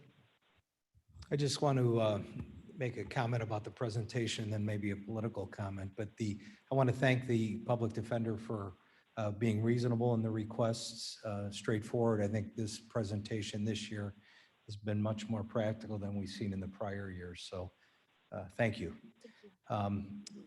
Now my political soapbox. You know, we talk about justice reform in the country, and it's something that makes sense on its face, but as we implement it, we get away from accountability and cost responsibility. We've reduced significantly bail and bond requirements. We've reduced significantly the amount of fines. And in my opinion, those, at least in part, put responsibility on the individuals who committed the crime and had to pay for bad conduct. At the same time, we've reduced the time frame that they're incarcerated if it was an offense that required to be incarcerated. And as we watch the national news, we see people who are out rioting walk in the front door of the corrections facility and then out the back door moments later to be able to continue their improper conduct. I know that as we look at the public defender's budget, that's free legal advice for a lot of people who make bad decisions. Now, I know there are some people that can't afford it in a civil context or a family context. That's appropriate, but we can, as we see the budget increases for the public defender's division and a reduction in our ability to recoup the cost of providing those services or making the perpetrators accountable, and as we change our morals in the country to look a different way at improper conduct, I think that's not a very sound fiscal or practical moral policy. So that's what I have to say about that. Thank you. Thank you, Mr. Hoshait. Other comments or questions? Seeing none in the room, any from anybody participating on the phone?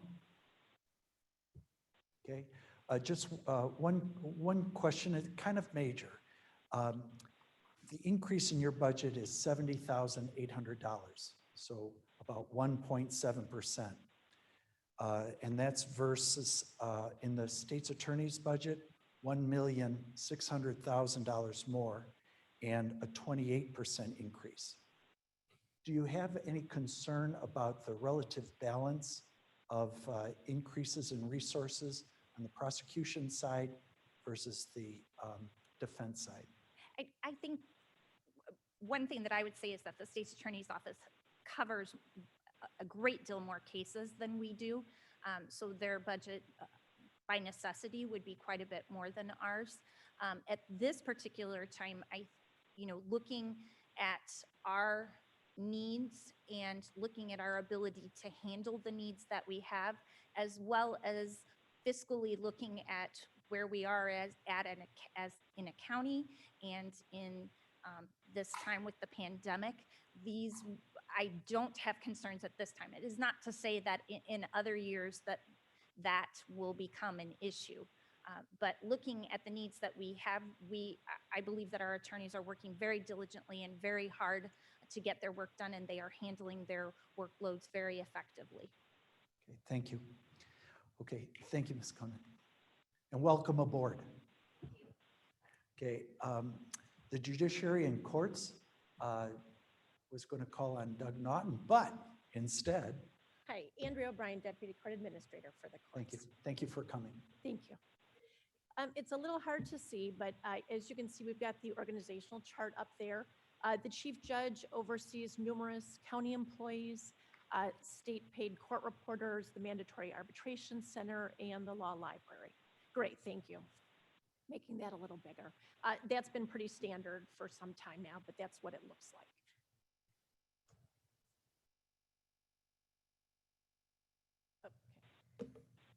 Okay, as to the 2021 budget, our revenues are pretty standard. We have two revenue sources. The first is the Child Protection Data Court grant. The amount, $4,150, is the same as we received last year. And then the second revenue source is the mental health and specialty court fees. The grant, that is something that we receive from the state each year to conduct assessments of our foster care, our adoption laws, and our judicial processes, just to see if we can make any improvements in that. So that will continue next year. The second revenue source, mental health and specialty court fees, that's fairly standard. We don't know. It's hard to speculate what the revenue may be. It now goes into the general fund, so it's hard to tell, but we enter the same amount as we did last year. So there's no change there. As to our general fund expenses, the only increase that we have is in our personnel services, our salaries and wages. In that line item, the increase reflects, we had one seasonal bailiff who now we have staffed as full-time. So that's an increase in salary. And then we did do a 2.5% increase, wage increase for all of our staff. We have a high number for the pandemic. We have a high number of at-risk employees, and we feel that this wage increase is necessary to keep them, but also to hire new bailiffs if necessary. So that's reflective in the 3.46 increase in salaries and wages. This year, our healthcare contribution, dental contribution, they've gone down. Our employees, we have fewer doing family coverage, so that amount is going to be a decrease for both. The rest of the expenses under contractuals, commodities, they are flat. We have tried to keep, and we have kept some costs down due to the pandemic, and we hope to continue to do that in 2021. Right now, we're currently working a line item for contractual consulting, 50150. That is our largest line item. We've been diligently working this year to redo and rework our interpreter contracts in hopes that we can bring that cost down, but we're not sure. We have been working with an online interpreting service that we do through Zoom, which has been very helpful, and the judges seem to be pleased with the direction that's taking. Also, we have gotten and received a lot of reimbursement for interpreters. Under Governor Pritzker, we've gotten more consistent state reimbursement for interpreters we're using. So far this year, we have received $52,000 in reimbursement. And our hope is that through the year's end, we hope to receive $30,000 to $40,000 more as a cost savings. It's hard to say for 2021. Our hope is that number will decrease and the expenses will be less, but it's hard to say. So we will just have to see with the constitutional amendment up in November if that makes a difference and we still have consistent reimbursement. So in looking at overall our general fund expenses, you can see that we're asking for less than a 1% increase for 2021. Just to briefly discuss our special funds, we have 4 special funds. We have a children's waiting room. That's run in association with the Kane County Bar Foundation at the Judicial Center. It's a babysitting service for parents who have to attend court.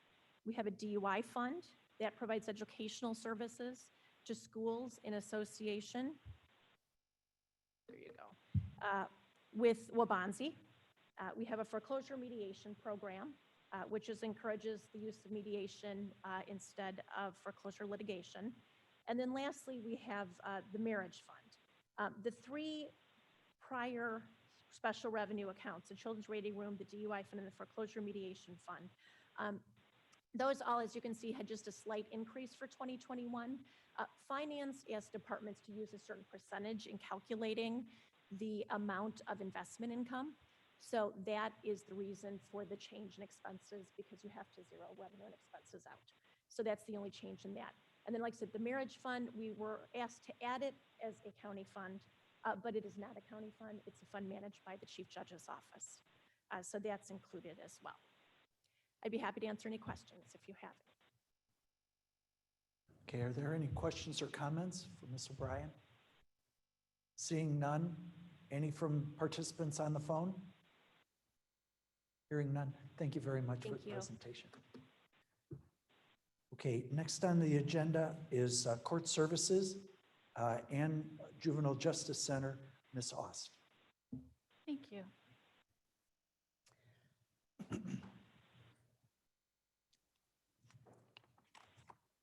Okay, so for my budget presentation, with the pandemic, generally speaking, in January, February, March, and April, I like to give an overview of the department. We weren't able to do that this time. I'm going to be very brief and let you know some of the things that we've been working on.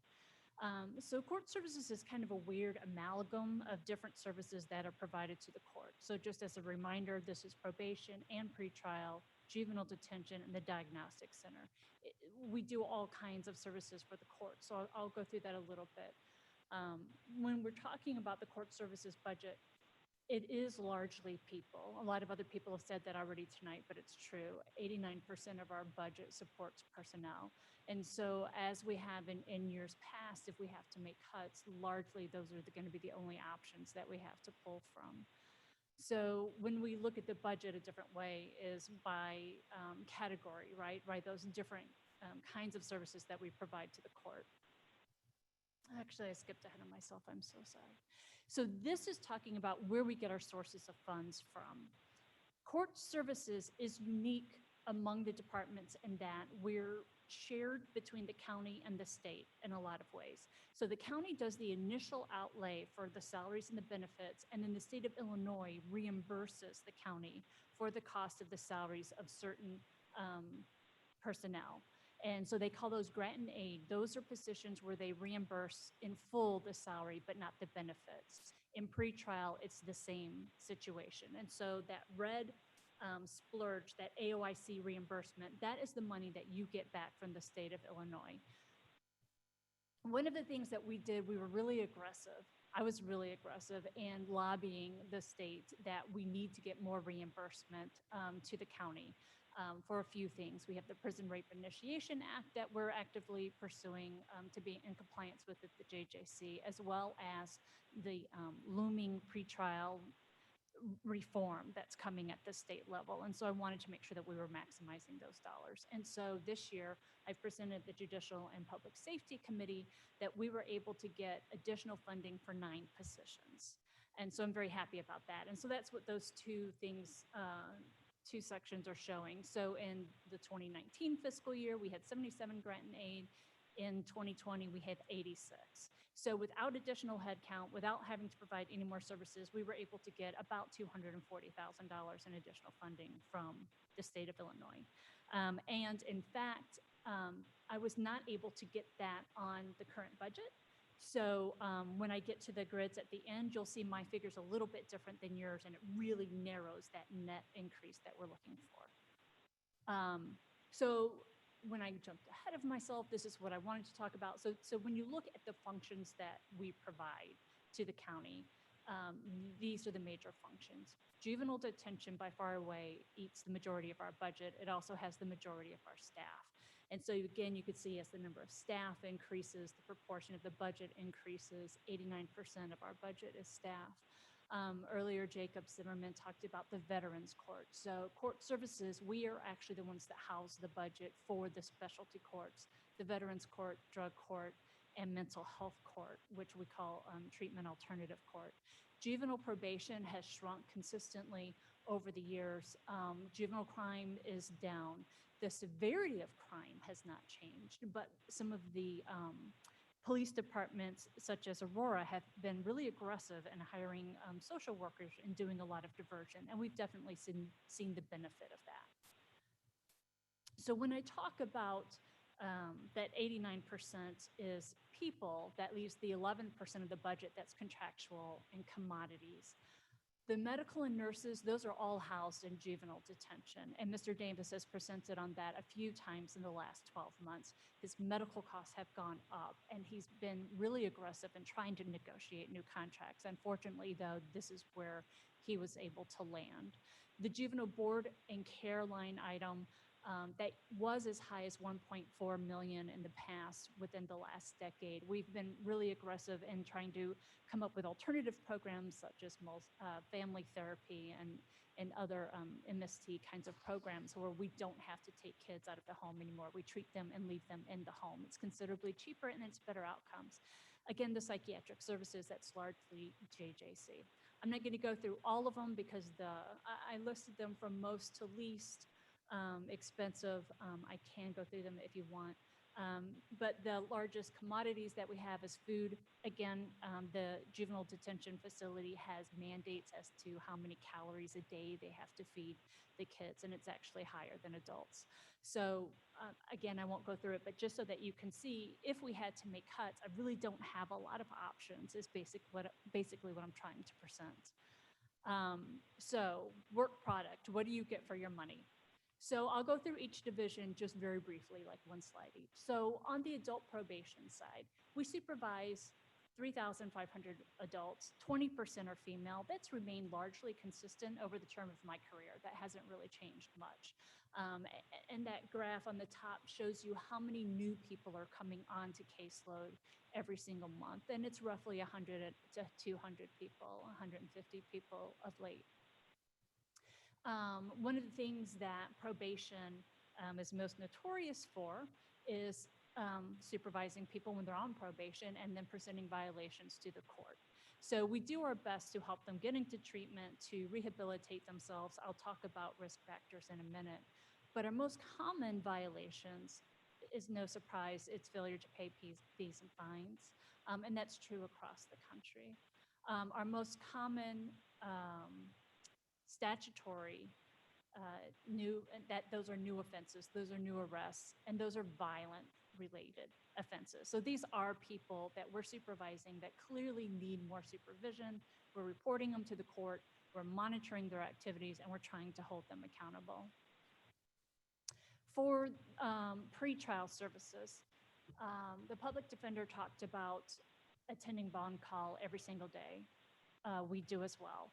And so last year for bond calls, we processed 4,114 people. And so the bond reports that we do for court every single morning is to help the judge think about, if they were to release this defendant in front of them, what are the conditions that they need to put on this person in order to ensure public safety? You have to remember that there's a presumption of innocence at the time that they do appear in bond court. And so one of the most important things that we do is a risk assessment.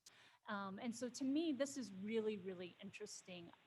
When we think about risk of the people that are arrested, a lot of protesters want to point out that there's people who are low risk in the system, but it's more equally true that there are many high-risk people in the system. And so when you look at that pie chart, you can see that fully 37% of the people who appeared at bond call for all of last year were very high risk. Those are our maximum condition people.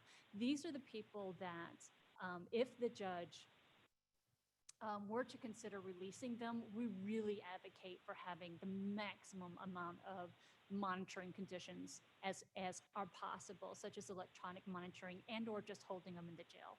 Before we started doing these kinds of risk assessments for bond call, the jail population was only about 40% high risk. It's currently closer to 70 to 80% high risk. And it's largely because of these risk assessments. So the judges have been able to make a determination that this person's truly high risk and needs to be held in jail pending the outcome of their case, and then has been able, conversely, to release low risk people, because you can see almost 42% of the people that we evaluated for bond calls were low risk. And so these are largely older people, first-time offenders, or people arrested for very low risk offenses such as property crimes. Another thing that we have done is we've implemented universal texting for people to have court reminders. Since we've done this, I think that our warrant issuances have gone down about 20% since last year. So we're seeing a benefit down the line, not just for us, but for all of our justice partners, because it's just fewer work hours that have to go into those people. For the juvenile probation side, Mr. McMahon talked about where our work comes from, and so that's what this graph is getting at. On the juvenile court services side, we process every single minor who is arrested in this county. So last year there were over 500 arrests of juveniles. We receive all of those arrest reports. We meet with the family. We do something called a preliminary conference. We do risk assessments. We do an investigation. We reach out to victims and we find out and do work on this case, and we try to divert them where we can. So you can see my largest office is in Aurora, and that's largely because the vast amount of my work product comes from Aurora Police Department. So I'll let you go through that. That is not all inclusive of the county. I deleted the departments that had 2 or fewer arrests last year just for space. So the most common arrests that we see are listed here. So again, we find that it's a mixed bag. You have some things which are misdemeanor level offenses, such as the theft class A, that's a class A misdemeanor. But a lot of those batteries and aggravated batteries actually do end up getting detained, and I'll talk about that in a minute. So again, just like on the adult side, you can see we have a range of risk. So on the lower class offenses and the more lower risk kids, we try to divert those kids. And like I said, we're able to divert about 50%. So we're saving those cases from going through the court system by handling them outside of the court system. Judges and lawyers are very expensive, and it's far more effective for my officers to handle that. What else do I want to show you? Oh, so for juvenile detention, these are the most common offenses on the right-hand side that are detained. So our juvenile detention facility, we currently pull from 6 other counties, so it's, or 7 other counties, so it's 8 counties altogether, including Kane. You can see on the left-hand side, DuPage is our largest contributing county. So we contract with them. They don't have their own detention facility, so we hold their kids for them. They go through a screening process so that, again, we're only holding the highest risk of kids. And their offenses can be pretty serious. You've got some weapons offenses up there, some really violent offenses. And some of those theft and property offenses also include things like home invasions. So these are very serious kids. Those warrants and court orders and VOPs, the warrants mostly are failure to appear warrants where they're not attending court. So those are our partners. I wanted to make sure we highlight that. For the specialty courts, it's a very small percent of our budget, but they do a lot of intensive work with individuals with some very serious issues. Mr. McMahon talked about seeing a rise in opiates and heroin. Our drug court, we see a lot of opiates. We see a lot of heroin. And so that graph on the right indicates the drug of choice of people in our specialty courts. THC is a very small amount. If you're just addicted to THC or you're just a THC user, odds are you're not going to get into a specialty court, with the exception of mental health court. What we see overwhelmingly is that our mentally ill population try to self-medicate with THC. And so through the specialty court, by hooking them up with resources, getting them into treatment, we do what's called a med wash. We clean out their system, give them a good diagnosis, get them on the proper medication.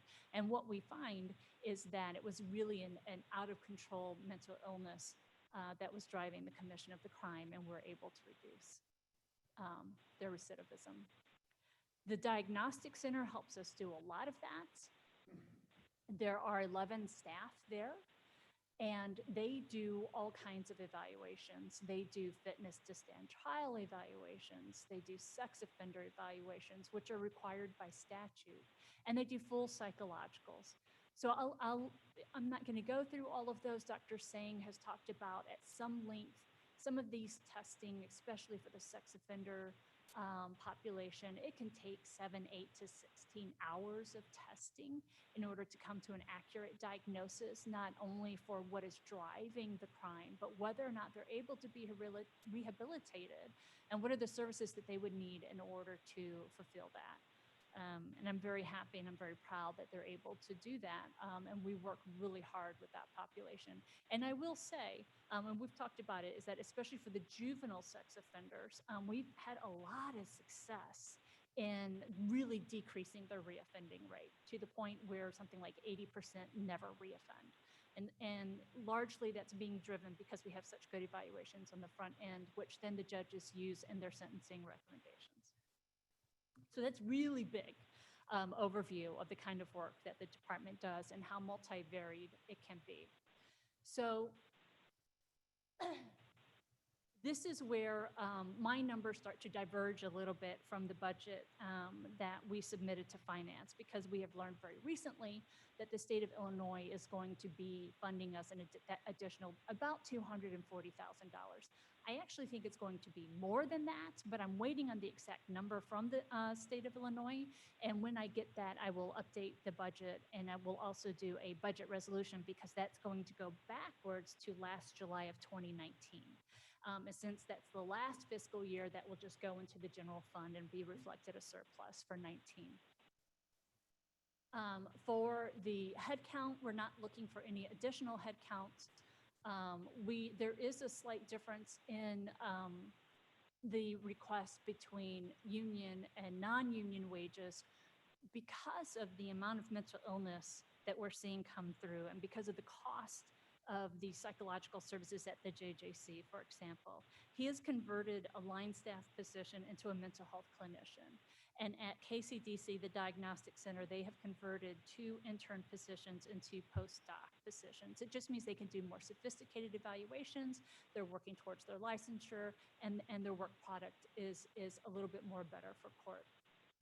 So some of the decrease that you see on those union wages as well, on the union wages, is because we're taking those positions out of the line staff. Some of the increase on the non-union wages is simply a reflection of moving those staff over into a different budget.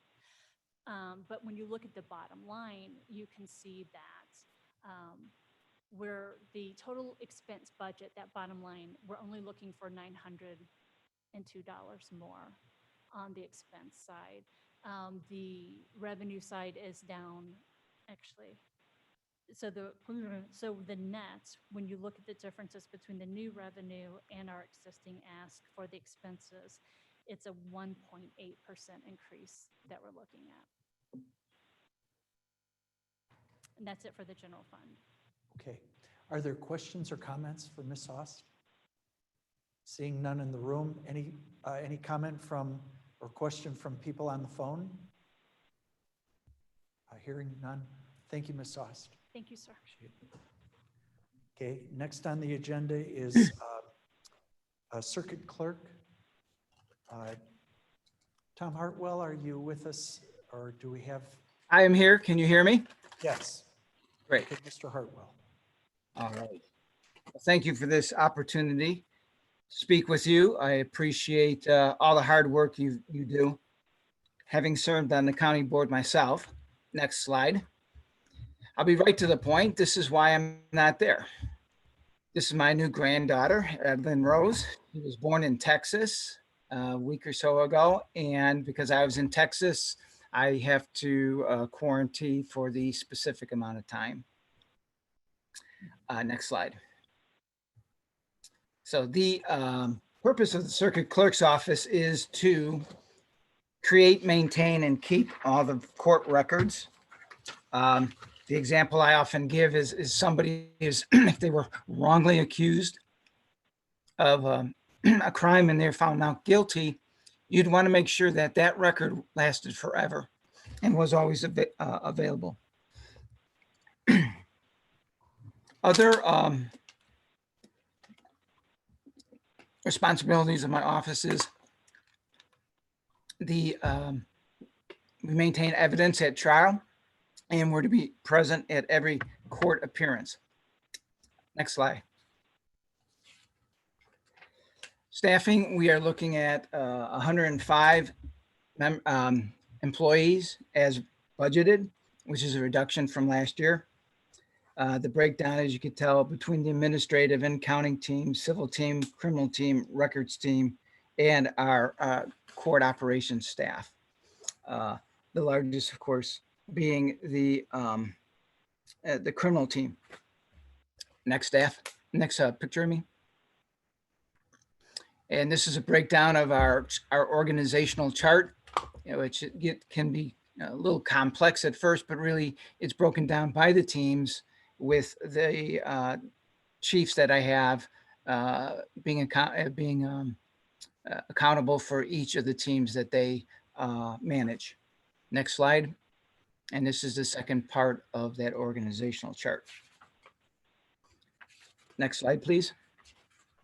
Okay. So as requested, here's the breakdown we have for the salary and benefits by fund.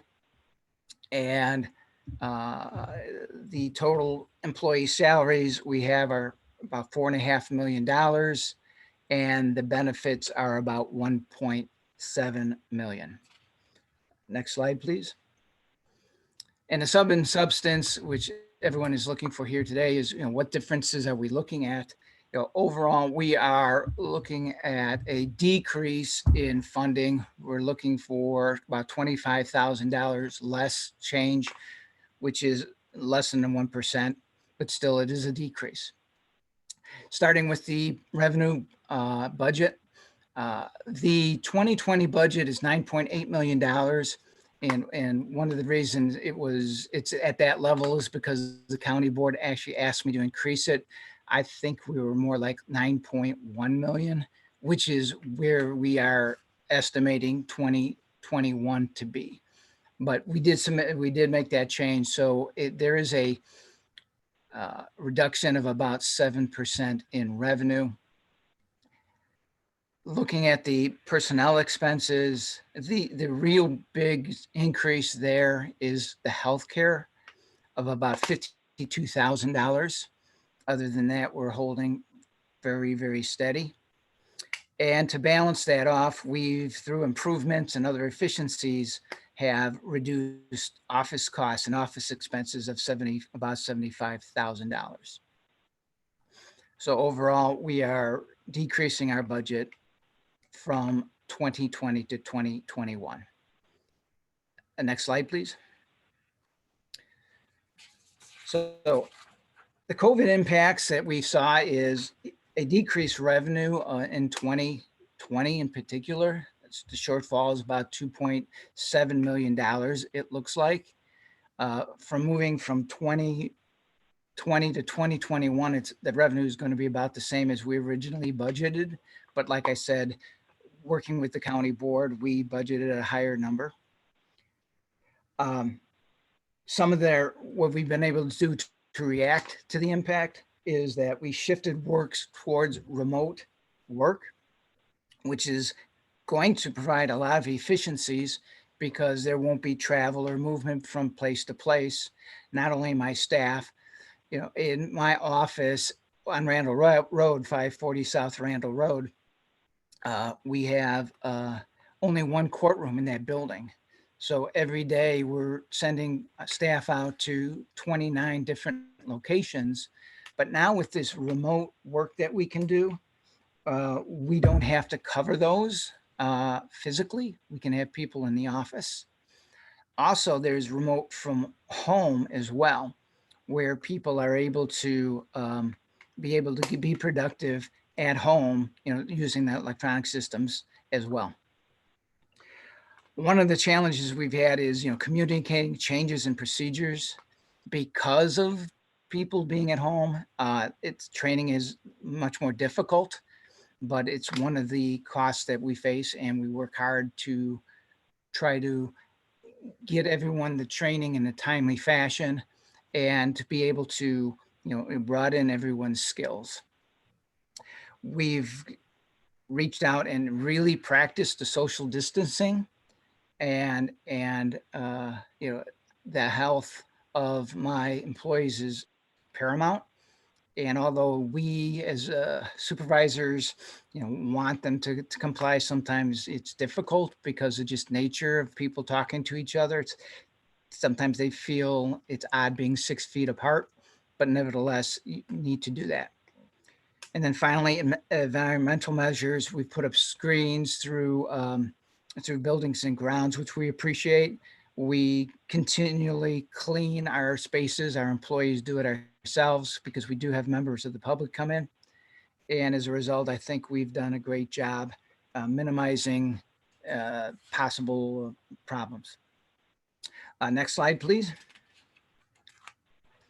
And for their highlights, and I do think we've been successful. Next slide. Is that we have, as I mentioned, the Work from Home program, which allows 60% of the office to complete their tasks remotely. We are able to supervise them because we watch what's being accomplished online, and we can make sure that things are working well along that line. Number 2 is implemented office orientation for new employees. We've changed this. We've changed our procedures so that we can take someone new into the office and give them different training than we have in the past so that they succeed. And as a result, we have newer employees that become very, very productive very, very quickly. The third point is teamwork with the staff and the judicial partners. We would not have been able to achieve all the things we have if it weren't for all our judicial partners working with the circuit clerk's office And we work with the sheriff and the public defender, state's attorney, court services, the judiciary.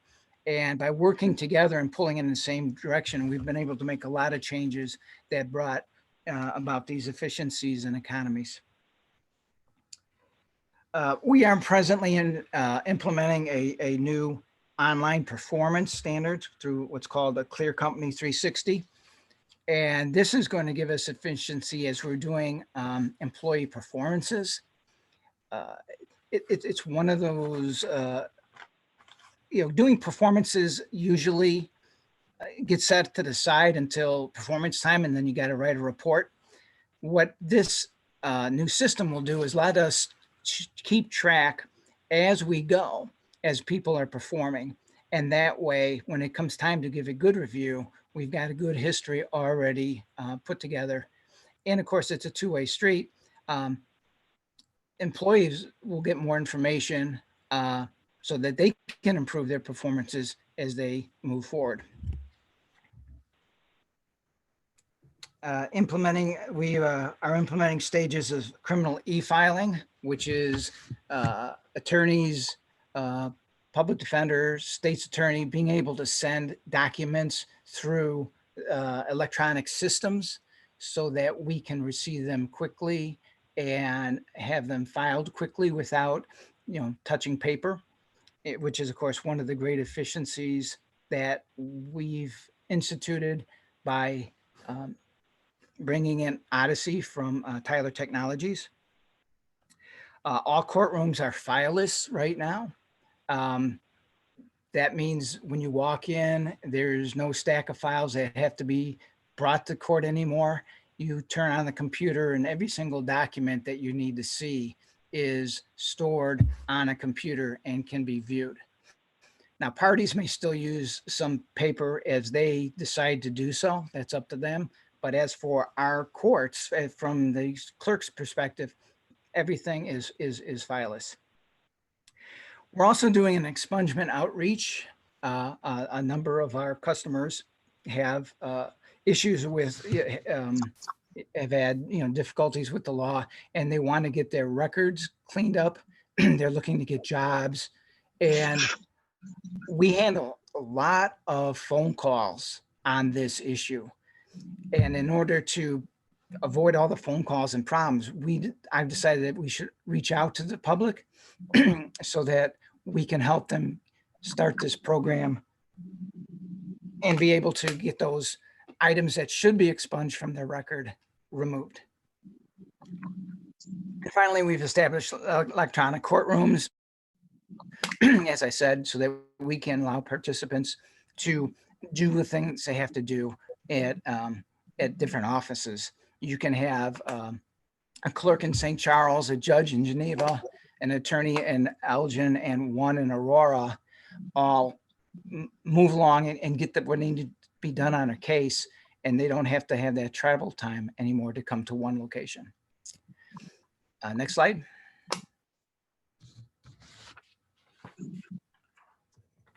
I think that may be the last one. That concludes the slides. That's it. Any questions? Okay, any questions from people in the room? Those on the phone? Hearing none. Congratulations, Tom, on your granddaughter. Thank you. And congratulations for the consistent good budget performance. Again, this year, a lot of work goes through your area. I appreciate that. And like I said, it's a team effort. Okay, thank you, Tom. Okay, thank you. Okay, next on the agenda, the coroner requested that we postpone his presentation to the August COW, and which we'll do. And then final item today is the Public Safety Sales Tax Fund projection. So, Mr. Onsick. Yes, this should only take a moment to go through this. It's pretty simple. I think it's one slide here. This is the Public Safety Sales Tax Fund. It represents about 9% of the RTA sales tax revenue. That's the majority of the revenue coming in. We have some investment income, and then the cash on hand represents the amount of fund balance that's being drawn down. In this case, for 2021, it'll be. I'm sorry, can you speak louder? We can barely hear you. Thank you. Okay, all right, is this better? Okay. This one? Oh, you don't have to hold it. Am I close enough? Well, all right, I'll try this one. Is this any better? Okay, we'll see. It doesn't sound better to me, but we'll give it a try. Okay, basically, it's all the software that's is funded here that has to do with public safety sales tax. I think Roger has also prepared a slide with the same items on it, and they're the ones who pretty much manage this portion of the budget. There's also communication equipment, which has to do with fiber installation and fiber maintenance. And this has to do with what was discussed earlier with IT in general. And then there's additional ITD communication equipment of $50,000. The other component of this budget is Sheriff's Office vehicles. Unfortunately, there's only about $190,000 left in terms of the revenue that could be spent on vehicles this year. And that I believe Sheriff Hayne has already referred to the $190,000 being in this budget. And the last thing that we do out of this budget is we provide a subsidy for court security. It started a few years ago when the court security fee was not increased as it appeared it needed to be. So we started needing to pull down from this fund an amount it to the $500,000 that originally had been used to fund Sheriff's Office vehicles, and that's been consistent each year. At this point, court security fee revenue is budgeted at about $800,000, and the cost of court security is $2.8 million. So that still leaves $2 million of court security expense unfunded, which is why we continue to need to draw down this $500,000 to help offset that cost. This last slide just shows you what will be left in this fund after next year's budget is expended.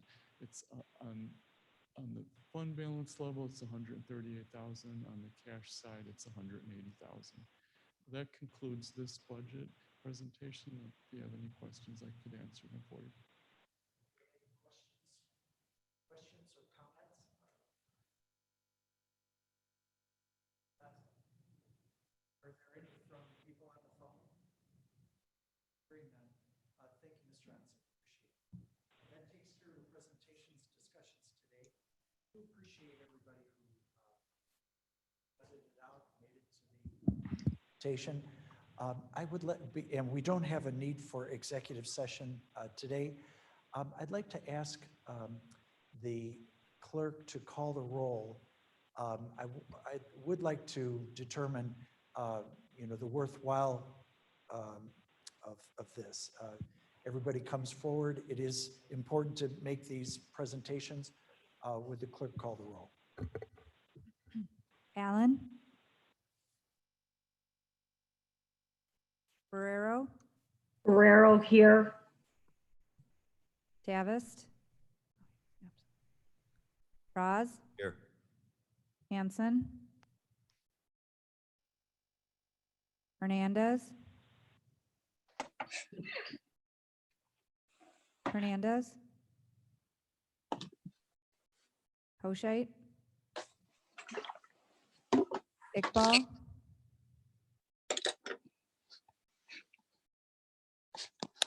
Kenyon? Caius? Caius present. Hopi? Opie's here. Leonard? Lewis? Martin? Molina? Molina still present. Sanchez? Shefflo? Shifley here. Silva? Silva here. Starrett, Starrett, present. Surges, Surges present. Thomas, Weber, Present. Wegman, Wegman here. Wonicky. Okay, thank you very much. Thank you to everybody who came today and also everybody who stayed to the end. With that, I'll ask for a motion to adjourn. Mr. Kenyon moves, Mr. Weber seconds. Clerk will call the roll. Let's see. Barrero, Ferrero, yes. Braz, Yes. Kenyon. Caius, Caius, yes. Copey. Copey, Copy is yes. Molina, Molina, yes. Shefflo, Sheffler, yes. Silva. Silva. Starrett, Yes. Surges, Yes. Weber, Yes. Wegman. Wegman, yes. Gabriella, did you hear me? Deborah? Allen? Aye. Oh, yes, got you down, Miss Allen. Thank you. Silva, yes. Silva, I got you down.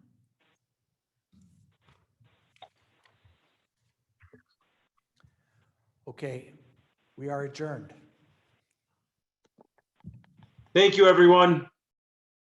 That's Surges? Cliff, yeah. Think about Cliff, he wasn't even using the